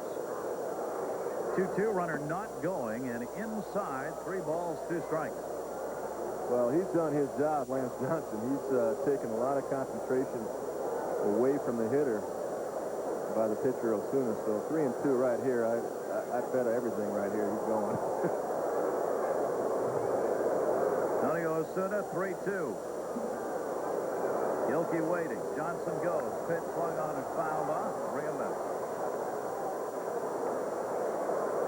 Yeah, Lance has really done a nice job distracting Osuna right here because he has not made good pitches in this sequence to Bernard Gilkey. Now he has to throw a strike. 2 hitters at the top of the order here in the 7th inning have worked Osuna hard. Johnson again off. Whether the throw, that decision comes from the bench. Signaled out the Prince, the catcher. There goes Lance Johnson. Gilkey again fouls it back. Kevin, that's something we've seen change over the last few years, the last decade in particular. So much of the strategy now, whether you throw the first step off, pitch out, all of that now comes from the bench. Yeah, I think it starts in the minor leagues, and I'd like to see the change go back to the minor leagues where the minor league managers allow their players to think for themselves, particularly the catchers. Let him call his own throwovers and pitch outs and step offs. Let him learn because they're too dependent these days on their coaches, and the instincts aren't there. 3-2 again. Johnson running again. Down to third. Stop made by Zeal, but no play. Fair ball, an infield single. So Bernard Gilkey has the single. 2 on, nobody out. The Orioles, did they get a win? Bill Pito. Gary, they did. Randy Myers came on. He got the win. It's Baltimore scored on the top of the 12th. Myers pitching the bottom of the 12th. Will Clark flies out to end it. O's win at 3-2. They're now 3.5 up on the Yanks. That's how the day began. All right, Bill, thanks. And that's 3 in a row now for the Orioles, who maybe have got it turned around again in the American League East standings as they go 3.5 up on the Yankees. 2-team race there. Toronto, Detroit, and Boston are it's dealing time. The Mets have 2 on, nobody out. Infield adjusts to double play depth. John Olerud coming up, 2 singles, and has drawn a walk. Olerud hitting .295. He'll spray the ball around, likes to go the other way. Check swing is a strike call. Olerud, for the first half of the season, had led the New York Mets both in overall batting average and led the National League for a time with runners in scoring position. He's batting close to 400 in that department. He's got speed out there with Johnson at second and Bernard Gilkey on at first base. The 2-1 Mets lead. They're trying to add to it here in the 7th inning. Antonio Osuna misses outside, 1-1. Of course, Osuna, what he needs right here is a ground ball, and how do you get that? He's got a little 2-seam action on his fastball, and that's what he'll try to throw here. Get something down and away from the left-hand hitting Olerud to get him to roll over it. So a little bit of movement right here is what Osuna needs. If he can get the strikeout, that's great, but he needs a ground ball right here. Nobody out. Olerud has grounded into 12 double plays this year. He is not a fast runner. 1-1 delivery. Next swing, pitch up high. 2 balls and 1 strike on John Olerud. Well, he was underneath that ball right there, and he tried to power that thing down and away. He couldn't do it. And missed up out of the zone because he was underneath the ball. Left shoulder was flying open too soon. Bobby Valentine, the pacer. Of course, John Olerud knows that he's got to keep the ball off the ground, so he's going to try to stay inside the ball and underneath it. If he does make an out, he'd rather be in the air right here because he doesn't run one at all. Anything on the ground is sure double play. 2-1 count. Good pitch. Down and into him. 2 balls, 2 strikes. And that was a good swing. Olerud swung underneath that for the very reason. He did not want to hit a ground ball, so he swung underneath that pitch. You can see he missed it by quite a bit, but that was the right swing in this situation. If he makes an out, it's got to be in the air. 2 balls, 2 strikes. Osuna checking at second on Johnson. And he got him. Same pitch, same result. 3 strikeouts for Osuna. Todd Hundley coming up. His mom in Chicago. Todd is thinking of you. My mom is sick now with, she has cancer now, and she's struggling through it. To me, there's no question about it. I had to go home and be with Mom instead of the All-Star game. She's doing good. She's hanging in there. I'd just like to say, Mom, I love you. You know I love you. Hang in there, and I will talk to you later tonight. Happy to send that along. Players also have lives that affect what they are doing out there in the field. Health is the most important thing. If you don't have that. Yep. Todd's dad, of course, Hud Rod Hundley, the catcher. We send along our best wishes to the family. Absolutely. Tough time. 1-0 count, 2 on. Todd Hundley. This is his power side. Breaking ball. Osuna got it in there in the outside corner. 1 ball, 1 strike. Very personable young man. I was really impressed with him today. Really cares for his family, his mother, obviously, and his father. We talked about his father today. How much he learned from him growing up. A lot of respect for his family. He's an old school ball player, if there is such a thing. It's get down, get dirty, get ready, play every game, be ready to go. Swung on and missed. The ball and 2 strikes on Hundley. Power against power right there. Osuna last year in a manager's poll was voted as having the 3rd best fastball in the National League, behind Mark Wohlers and Rob Nin. He can bring it. And that last one was a 4-seam fastball just up above Hundley's hands, and that's the way you try to go on Hundley. 1-2, 1 away, 2 on. 7th inning, 2-1, Mets on top. And Hundley grounds it towards short. Right to the bag. Cromer makes the play. Out of the inning, Osuna. The Mets got the first 2 on in the 7th inning and do not score.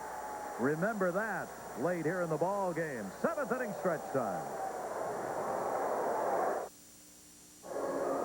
Welcome back to Dodger Stadium, everybody. Gary Thorne, Kevin Kennedy, and a good old-fashioned 1-run ball game. 2-1 here. We've seen some good pitching from a couple of surprise starters and some good play defensively. We really have. The Mets are very, very impressive. That left side of the infield, Alfonso in particular, the more he's out there, the more people are going to know him around the country. Kevin, the Dodgers, they get everybody healthy here and get people back now that their bats are starting to hit again. They get that starting rotation in order. They're going to give the Giants a real run in the West. Yeah, it's tightened up in the West. There's no doubt about that. The big series where the Dodgers beat San Francisco 3 out of 4 after the break made a statement right there, and they're on their way, especially hitting healthy with Martinez and Valdez coming back.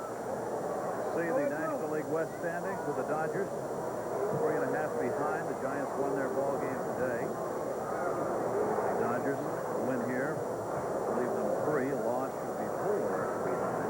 They're trailing 2-1, but a big inning for Osuna, getting the double play to end the inning. Now the Dodgers with a chance in the bottom half of the 7th to come back.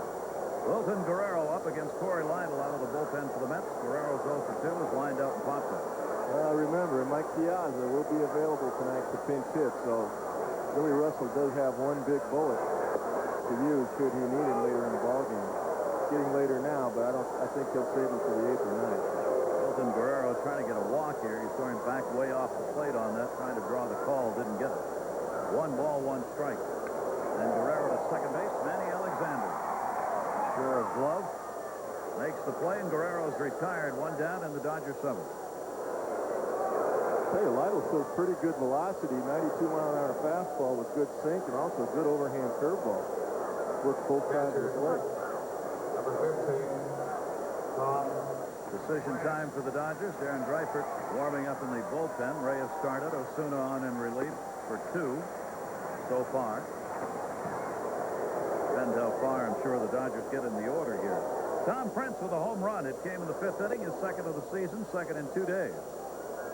And just his 8th major league home run. And the numbers he's putting up on the season, that accounting for the Dodger lone run of the ball game. 2-9-0 for the Mets, 1-4-0 for the Dodgers. Well, Mike Piazza around in first base in Atlanta pulled a hamstring right there. He actually had a hard base hit and kind of went slowly into first, and then his first base coach told him to turn it on. And when Mike heard that, that's when he stretched it a little bit.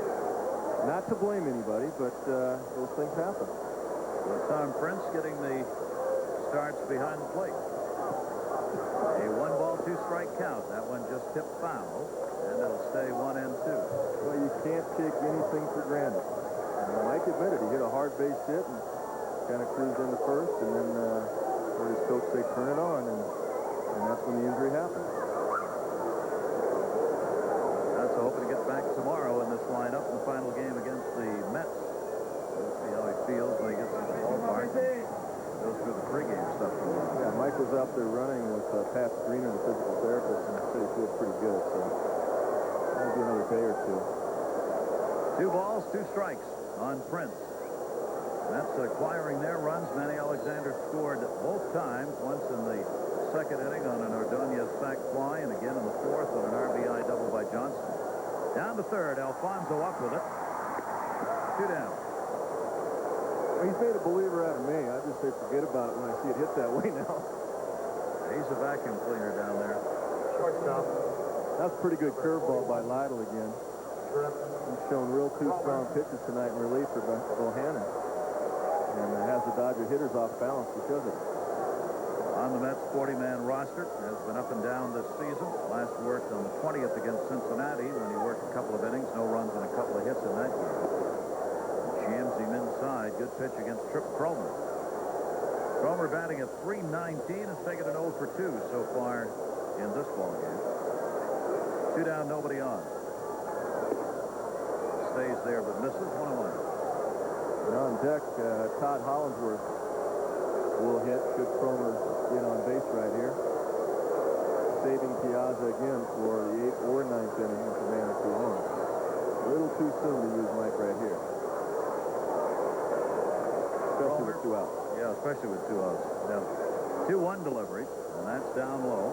Lytle takes it to 3-1. Hey, when you can throw 91, 92 miles an hour with his kind of movement, I mean, that's very, very impressive. Good sinking action with his 92-mile-an-hour fastball. That's why he's getting out of ground ball. Ray Ordonez, and he gets them in order. So Torrey Lytle coming on has retired the 6 Dodgers he's faced. We've completed 7. The Mets have a 2-1 lead.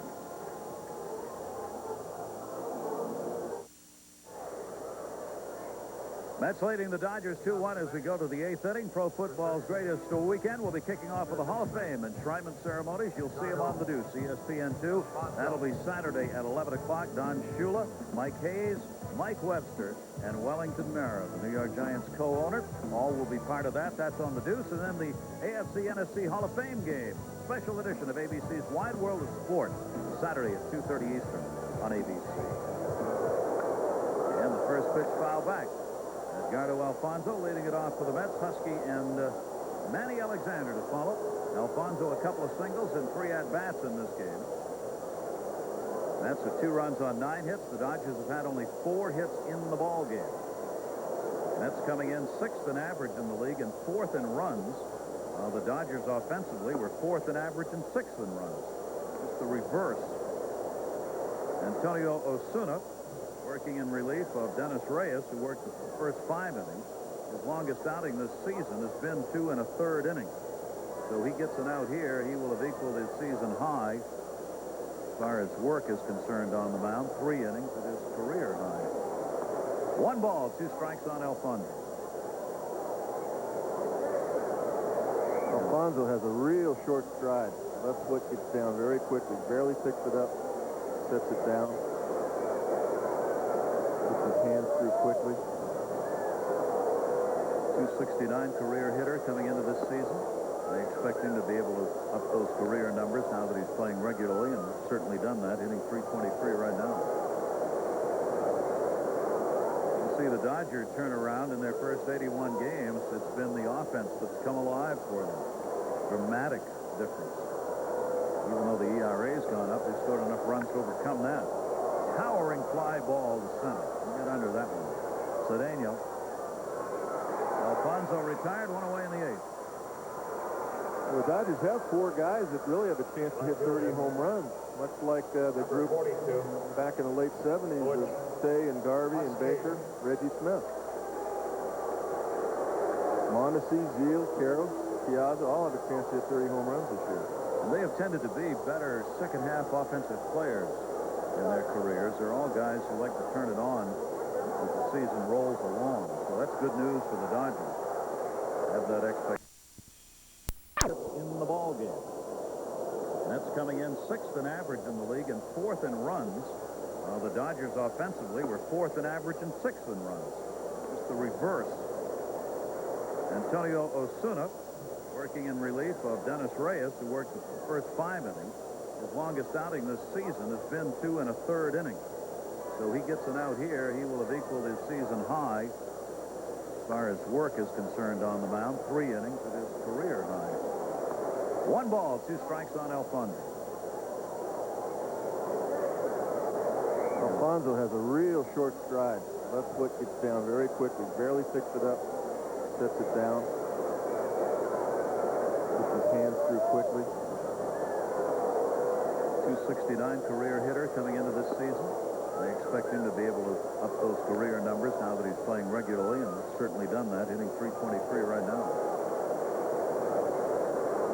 You see the Dodgers turn around in their first 81 games. It's been the offense that's come alive for them. Dramatic difference. Even though the ERA's gone up, they've scored enough runs to overcome that. Towering fly ball to center. Get under that one. Cedeno. Alfonso retired, 1 away in the 8th. The Dodgers have 4 guys that really have a chance to hit 30 home runs, much like the group back in the late 70s with Stay and Garvey and Baker, Reggie Smith. Mondesi, Zeal, Carroll, Piazza all have a chance to hit 30 home runs this year. And they have tended to be better second-half offensive players in their careers. They're all guys who like to turn it on as the season rolls along. So that's good news for the Dodgers. Have that expectation, and it's working for them right now. Those are the gentlemen in the middle of that order. Butch Husky up for the Mets. Husky with a .280 average as he's taken the 0 for 3 in the game, 1 for 7 so far in the 2-game set against the Dodgers.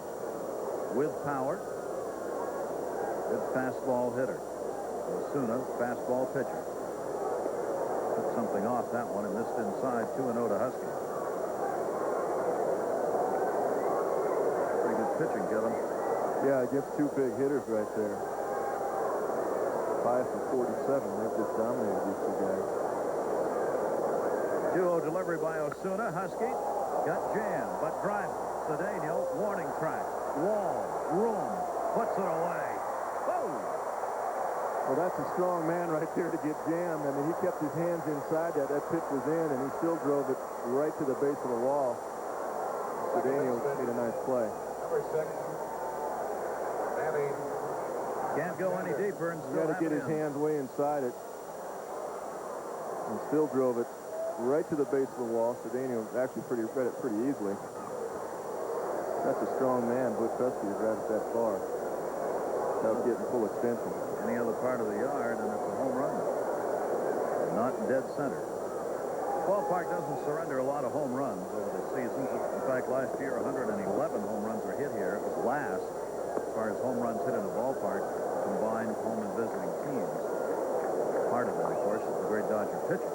Pulls it down for the opponents. Two down, bases empty, and Manny Alexander. Two doubles and has struck out and scored both of the Mets runs in this game. It's the big rip, 1-1. Yeah, the hitters really do complain about lack of long balls, yet last night we saw 6 home runs in this game. You never know here in L.A. The daytime it'll carry a lot more, but at night, you got to drive it. Greg McMichael up in the bullpen for the Mets. Osuna's fastball right at the knees. 1 ball, 2 strikes on Manny Alexander.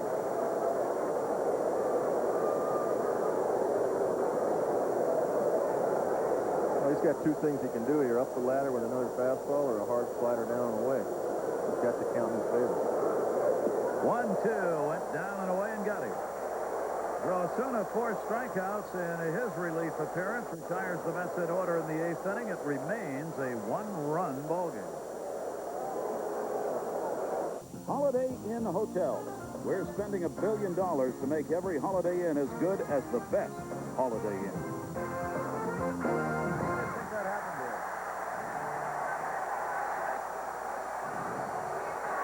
And the Mets have the 2-1 lead as we go to the 8th inning. And the New York Mets will make a couple of changes. Greg McMichael, the right-hander, comes out of the bullpen, the former Atlanta Braves pitcher. McMichael will fool you. He is a big man. Looks like you'd get a lot of hard fastballs. Instead, what you see most of are a lot of fluttering changeups.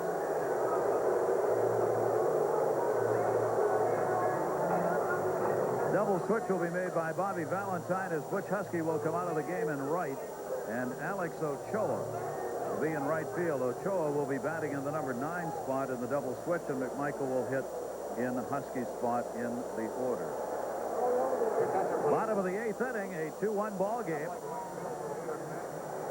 And we'll get Todd Hollinsworth coming on as the pinch hitter for the Dodgers. Good job by Osuna, who came on in relief and worked 3 strong innings as he gave up just 1 hit, walked 1, and struck out 4.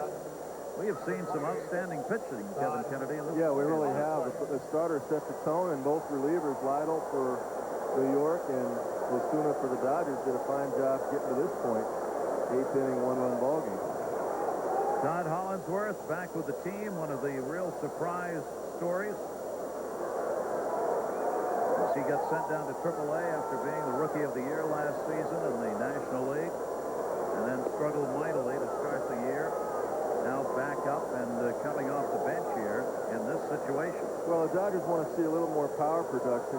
Hollinsworth's a left fielder by trade, can play some center field, but only had 2 home runs before he was sent down and really hasn't driven the ball like they'd hoped. Here is the pinch hitter for Osuna. Hollinsworth this season, 4-4-6 as a pinch hitter. His overall numbers, 248 batting average. He's added 1 more home run since coming back. Only 23 RBIs for him this year. 1-1, and Greg McMichael misses 2 balls and 1 strike.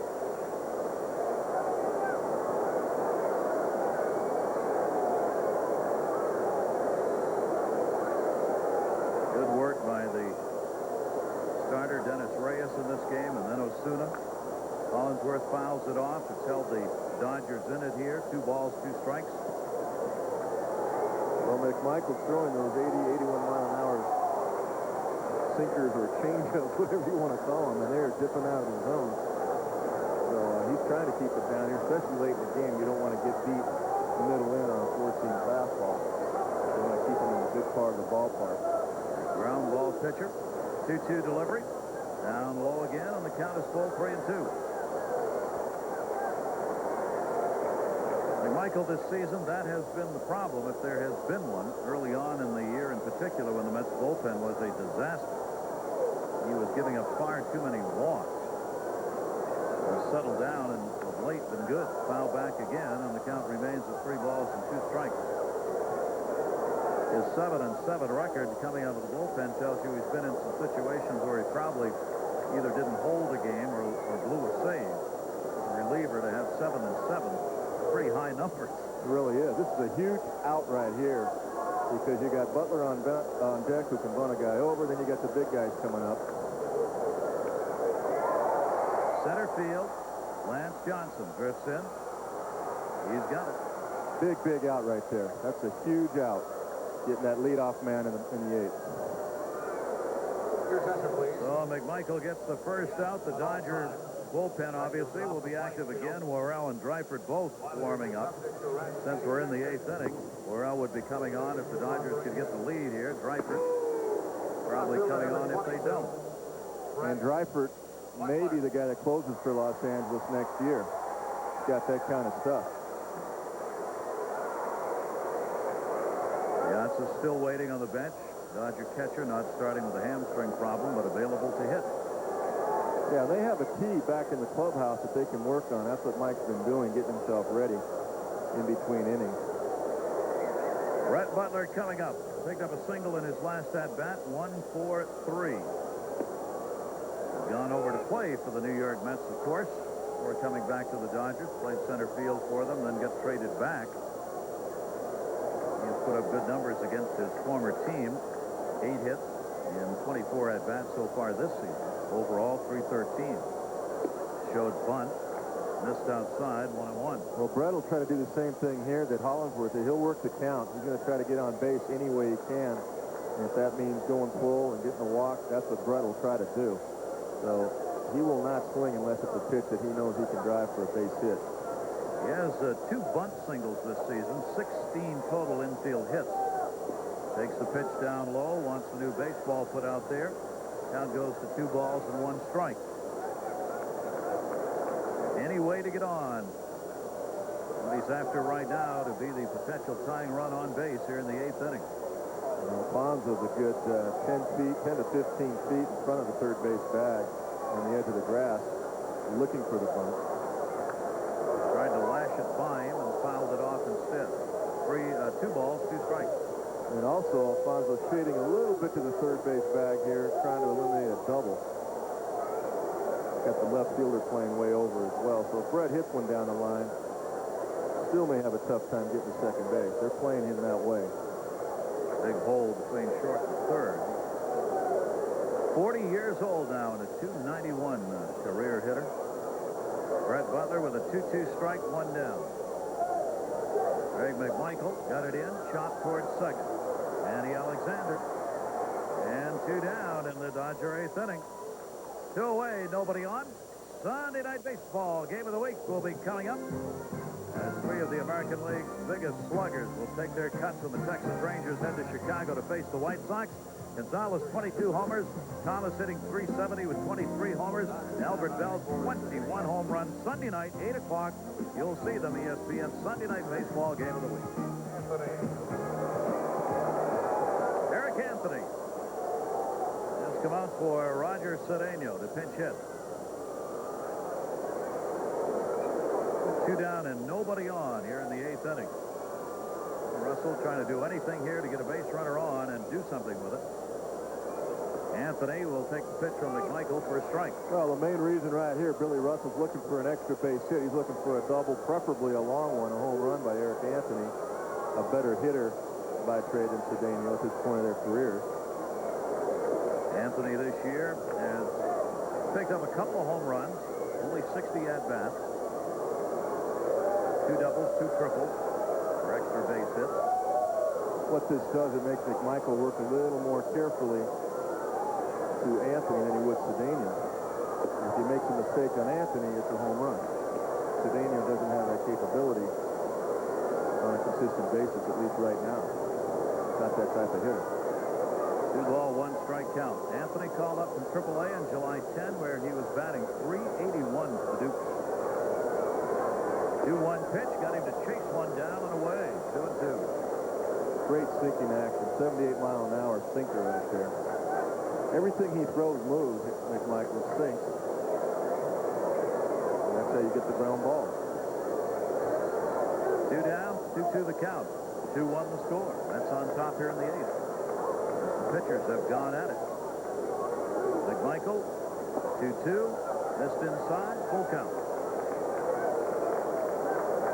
McMichael has to move the ball around in order to spot that changeup, which is his primary pitch. He'll show you the fastball. It's not overpowering at all, but with all the changeups he throws, it looks a lot faster than what it really 2-2 delivery, and he got him. Down and away with the off speed. Greg McMichael retires the side in order. And we go to the 9th inning with the Mets leading this ball game 2-1. And the Dodgers, the home run by Tom Prince, the only run that they've been able to put across in this ball game as the pitchers have dominated. We welcome you joining us who are watching the San Diego game as the Padres have come away with a victory in their outing. Giants won their ball game today, so the Dodgers right now 3.5 behind.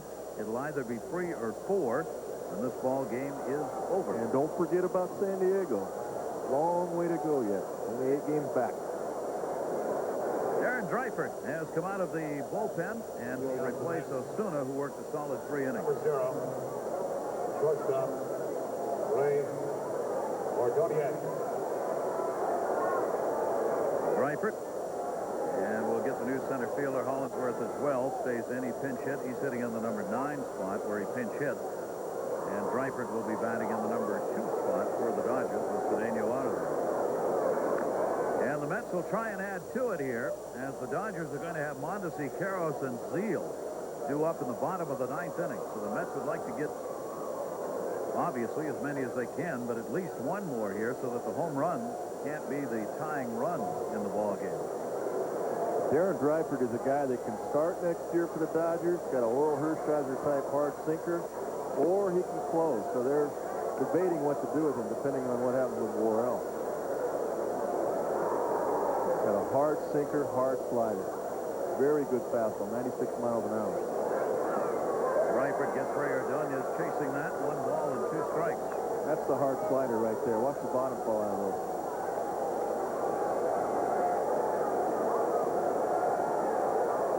He's got great arm action. Looks like a fastball. 1-2, and Ordonez went. He's There it is gone. again. Well, they really believe the Dodger people feel that this guy can close, and he's sure showing it with his stuff. Great movement. Your attention, please. For the Mets, Not even close on that. batting for Michael, Darren Dreifert number 50, gets the strikeout, 1 away.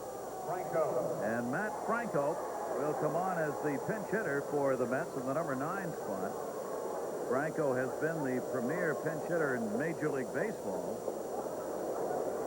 And a real find for the Mets, a career minor leaguer. Bobby Valentine, now the manager of the Mets, had him at AAA. Liked what he did at the plate, brought him along to play this season, and he has produced. Valentine knew what he could do and believed in him. Franco got the opportunity and proved he was right. Pops that one up to short. Cromer backing up, and he'll put it away. So Dreifert gets the first 2 outs easily here in the top half of the 9th inning. Franco retires. John Franco, the Mets closer, the left-hander, getting ready to go. He'll be coming on in the bottom half of the 9th inning. And in case people have forgotten, John Franco came up with the Dodgers. Another Dodger trade, a guy that's, what, 4th in Major League Baseball, all relievers now, as far as saves. Number 1 all-time left-hander. Lance Johnson, the leadoff batter. 2 down, nobody on, 9th inning. And he fouls it back. It'll be a great battle in the bottom of the 9th with John Franco coming on to face the middle of that Dodger order. Mondesi, Karros, and Zeal. Don't forget Piazza will definitely hit, I believe, 4th in that inning for Guerrero, especially with Franco in there. Lance Johnson fouls it off. Johnson, an RBI double, came in the 4th inning. 1 for 3 and a walk in the ballgame. Well, Russell's ball club, and over the last couple of years, involved in a lot of one-run games. They were 33 and 23 in one-run games last year. That is an enormous number of one-run ball games. Pitch is taken inside. This year, the Dodgers are 10 and 15 in one-run games. Mets 14 and 7. Wild card race. Both these teams are involved in that. Florida right now would be the wild card team in the National League. The New York Mets have closed within 1. Florida winning today. Lance Johnson, no chance on that. Big inning for Dreifert. Comes on, retires the side in order, strikes out 2. John Franco will come out of the bullpen and will take on the meat of the Dodger order. Mondesi, Karros, and Zeal. Hit ratio's been good, below innings pitch. strikeout ratio not bad either. He has, however, made things interesting, as John Franco can do in some appearances, by falling behind hitters or getting guys on early on in an inning. He's had a tough job here. That number Bobby Valentine likes right there in 41 innings plus is the 1 home run he's given up. That's the number we want to keep at 1. Because this is the heart of the Dodger order coming up. This is what John Franco gets paid to do, is get these guys out, the 3, 4, and 5 hitters. Corey Lytle worked a couple of innings, struck out 2.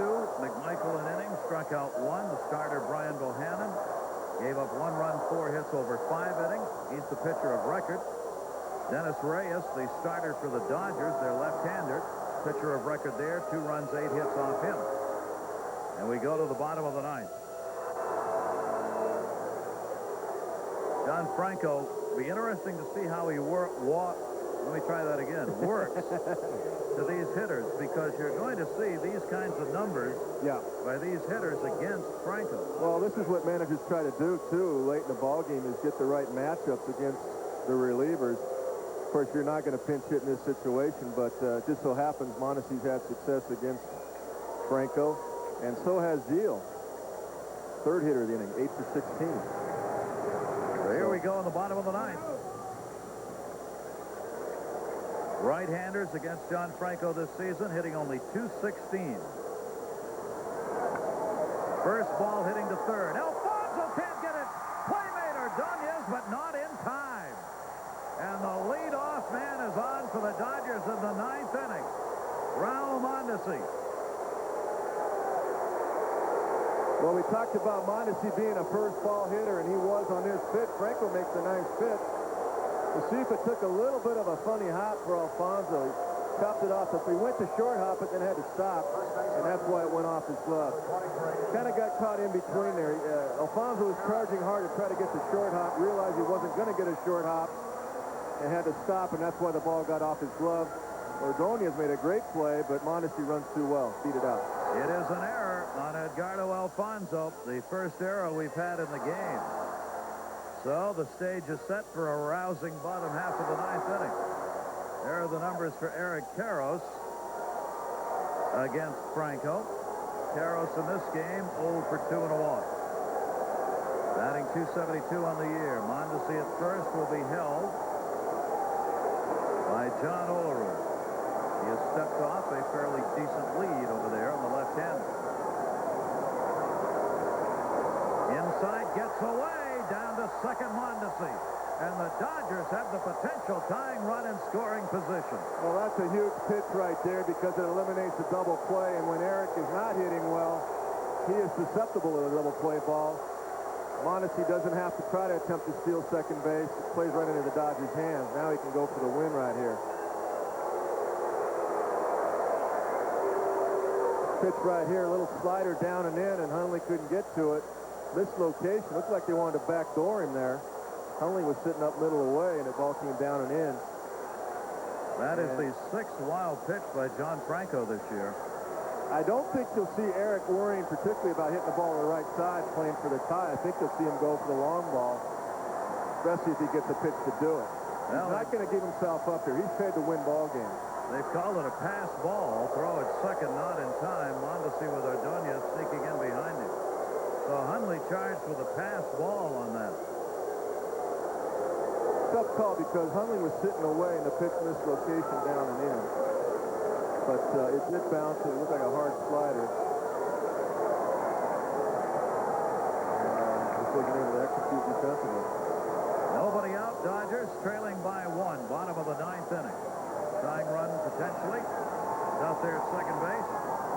Eric Karros with a 1-0 count. Now what Mondesi has to be careful. He almost got picked off there. He's got to be careful there. Stay right there. Let the big guys do the job. Taking. Gets a strike, 1-1.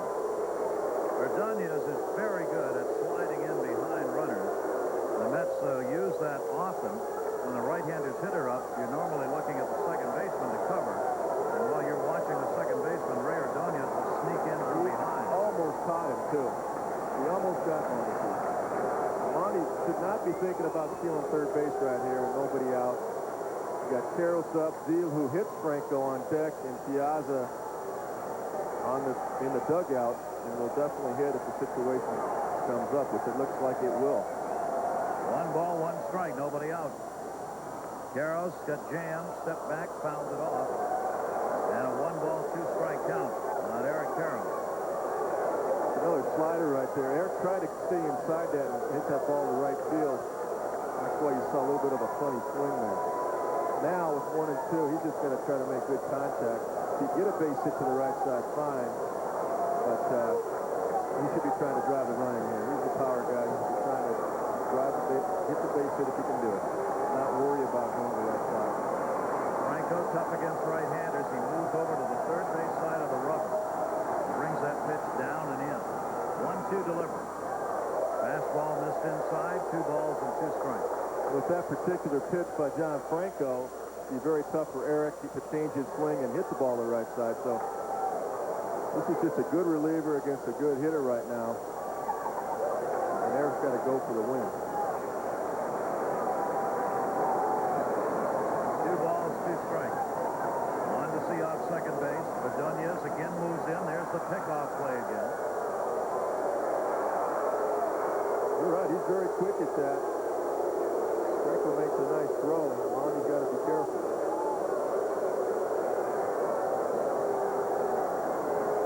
What they don't want to have happen for the Mets is Ordonez gets caught moving in when the pitch is delivered. That's right. That happens sometimes when the pitcher and shortstop don't get the sign play. 2-2 the count. Carros again jammed, but it's down low. 3-2. 39,610, the announced attendance here. Those who hung on have seen a fine ball game that's yet to be decided. Well, now John Franco can't worry too much about Mondesi or pitching inside to Carros. He's got to worry about getting him out, even if Eric does get the ball to the right side of the infield. They got to get him out here and not create a big inning for the Dodgers for the win. 3 balls, 2 strikes. Mondesi at second base. Mets lead at 2-1. And he struck him out. That pitch down and into the right-hander from John Franco. 1 down in the 9th. Ball moves down out of the zone. Looks like a fastball for Eric Carroll. Breaks hard. He'll cut to it.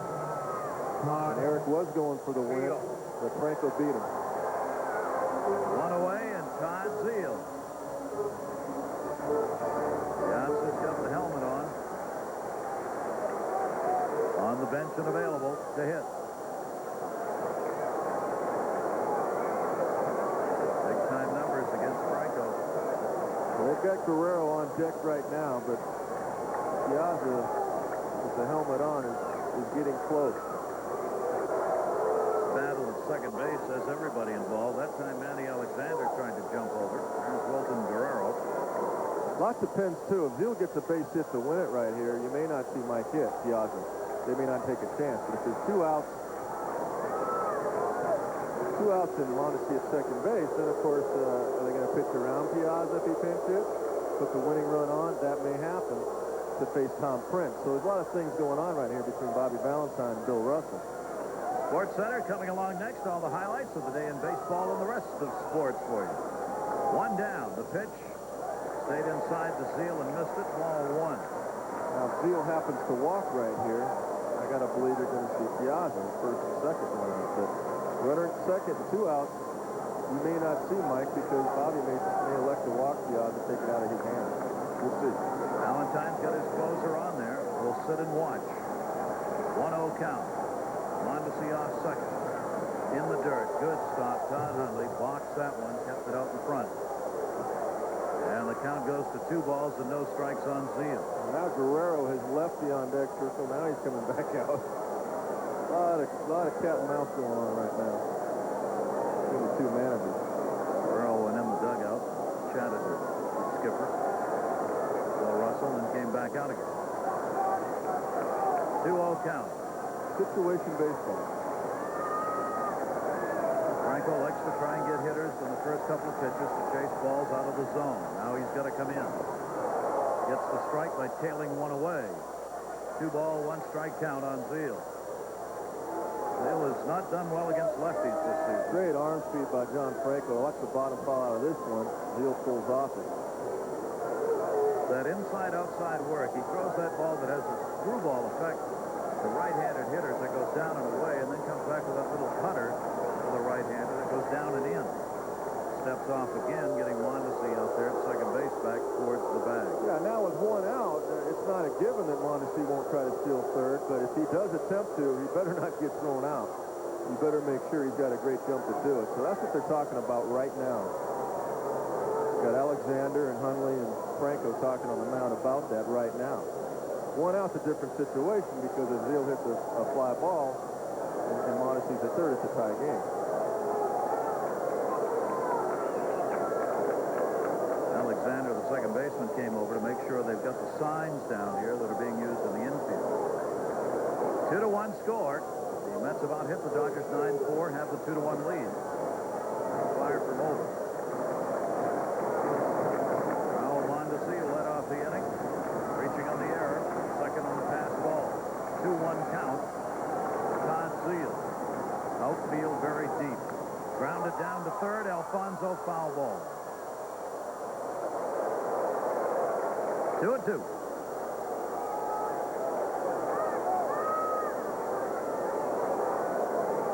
Another ball down and in. Zeal pulls it, and Alfonso, good crossover step and backhands. And look how it just goes outside the third base bag.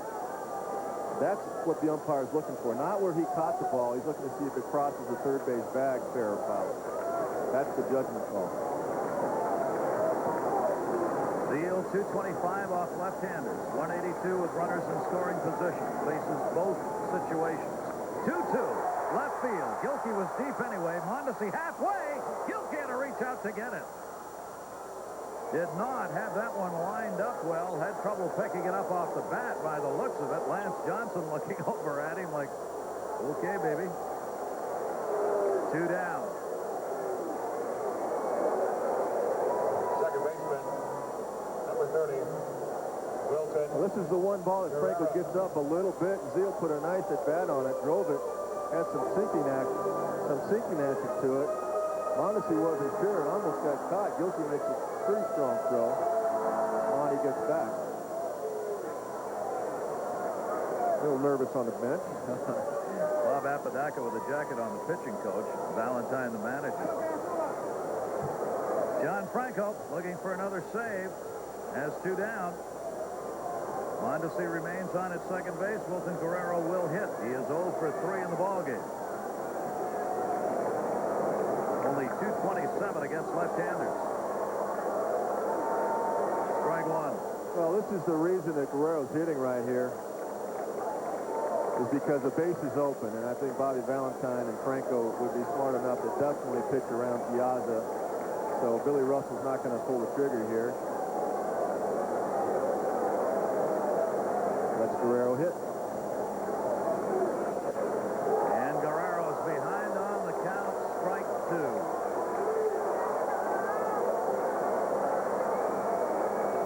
Good sink, good slider. Watch the bottom foul again. A good hard slider. 2 balls out of the zone. John Franco's only thrown 1 ball down the middle. That was the last one to Zeal 2 pitches ago. Everything else has got been hit at the face out of the zone. Looking for his 26th save. The 0-2 delivery, and it's foul off. Just got on top of that one to drive it down. Remains a 2-strike count on Guerrero. John Franco trying to save this game for Brian Bohannon, the starter, who could get his second win of the year. Called up from AAA to pitch this game for the Mets. Dennis Reyes, the 20-year-old left-hander, pitcher of record for the Dodgers. Mondesi, the base runner at second. Mets lead at 2-1. They only need 1 strike here from Franco by Guerrero to end it.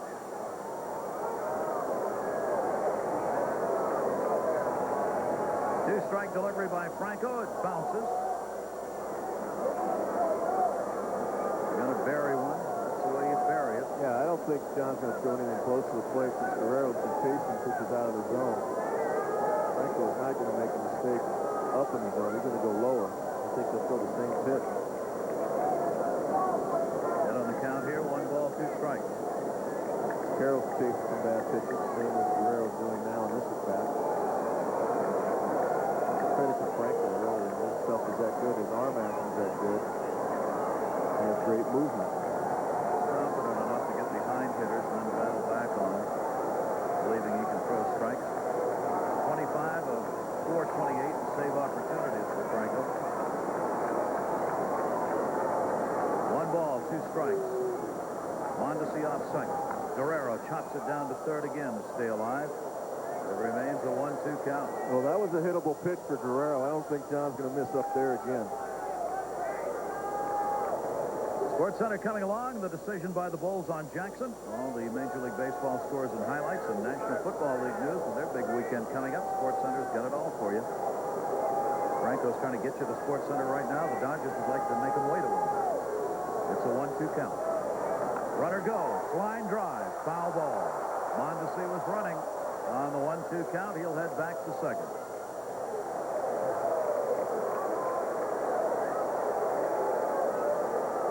Ball is down and in, and Guerrero goes down to get this one. Just hooks it foul. Breaks his wrist a little too soon. Hooks that foul by about 5, 6, 7 feet there. Mondesi had a great jump running on the pitch, so really no danger there getting thrown out. Again, Hundley goes out to talk to Franco about probably location, Kevin, after that last one. Yeah, he's made 2 pitches there, and Guerrero's diving on him a little bit there, looking for the ball down. I still think he's going to go lower. I don't think he's going to come up. Even though a guy's a low ball hitter, you can go lower to get him out, get him to chase. 1-2 the count. 2 down, bottom of the 9th. That's up by 1. Mondesi, the runner at second base. Wilton Guerrero, the 1-2. Again, chops it foul. He's hanging tough. Yeah, he's throwing that same hard slider down into his swing, and then Guerrero's hooking it, getting a piece of it. Tom Prince waiting on deck. He's had the home run tonight, accounting for the lone Dodger run.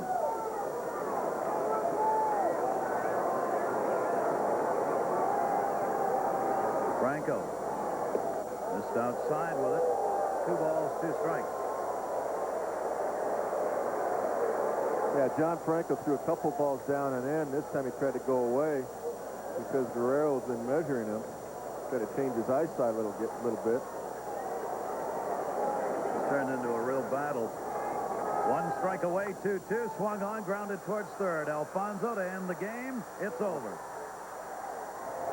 So despite an error allowing Mondesi to reach here in the 9th inning, the Dodgers cannot convert. And the New York Mets come away with a 2-1 victory, and Franco will pick up the save in the game. 2-1 our final. Want to remind you, Sunday night baseball coming your way, 8 o'clock on Sunday, our Sunday night baseball game of the week, as the Rangers will be at Comiskey in Chicago. Gonzalez, Thomas, Bell, and company, 8 o'clock Eastern time. Once again, our final score, the New York Mets come away with a 2-1 win in the game. Bohannon wins at 2-1. Reyes the loser.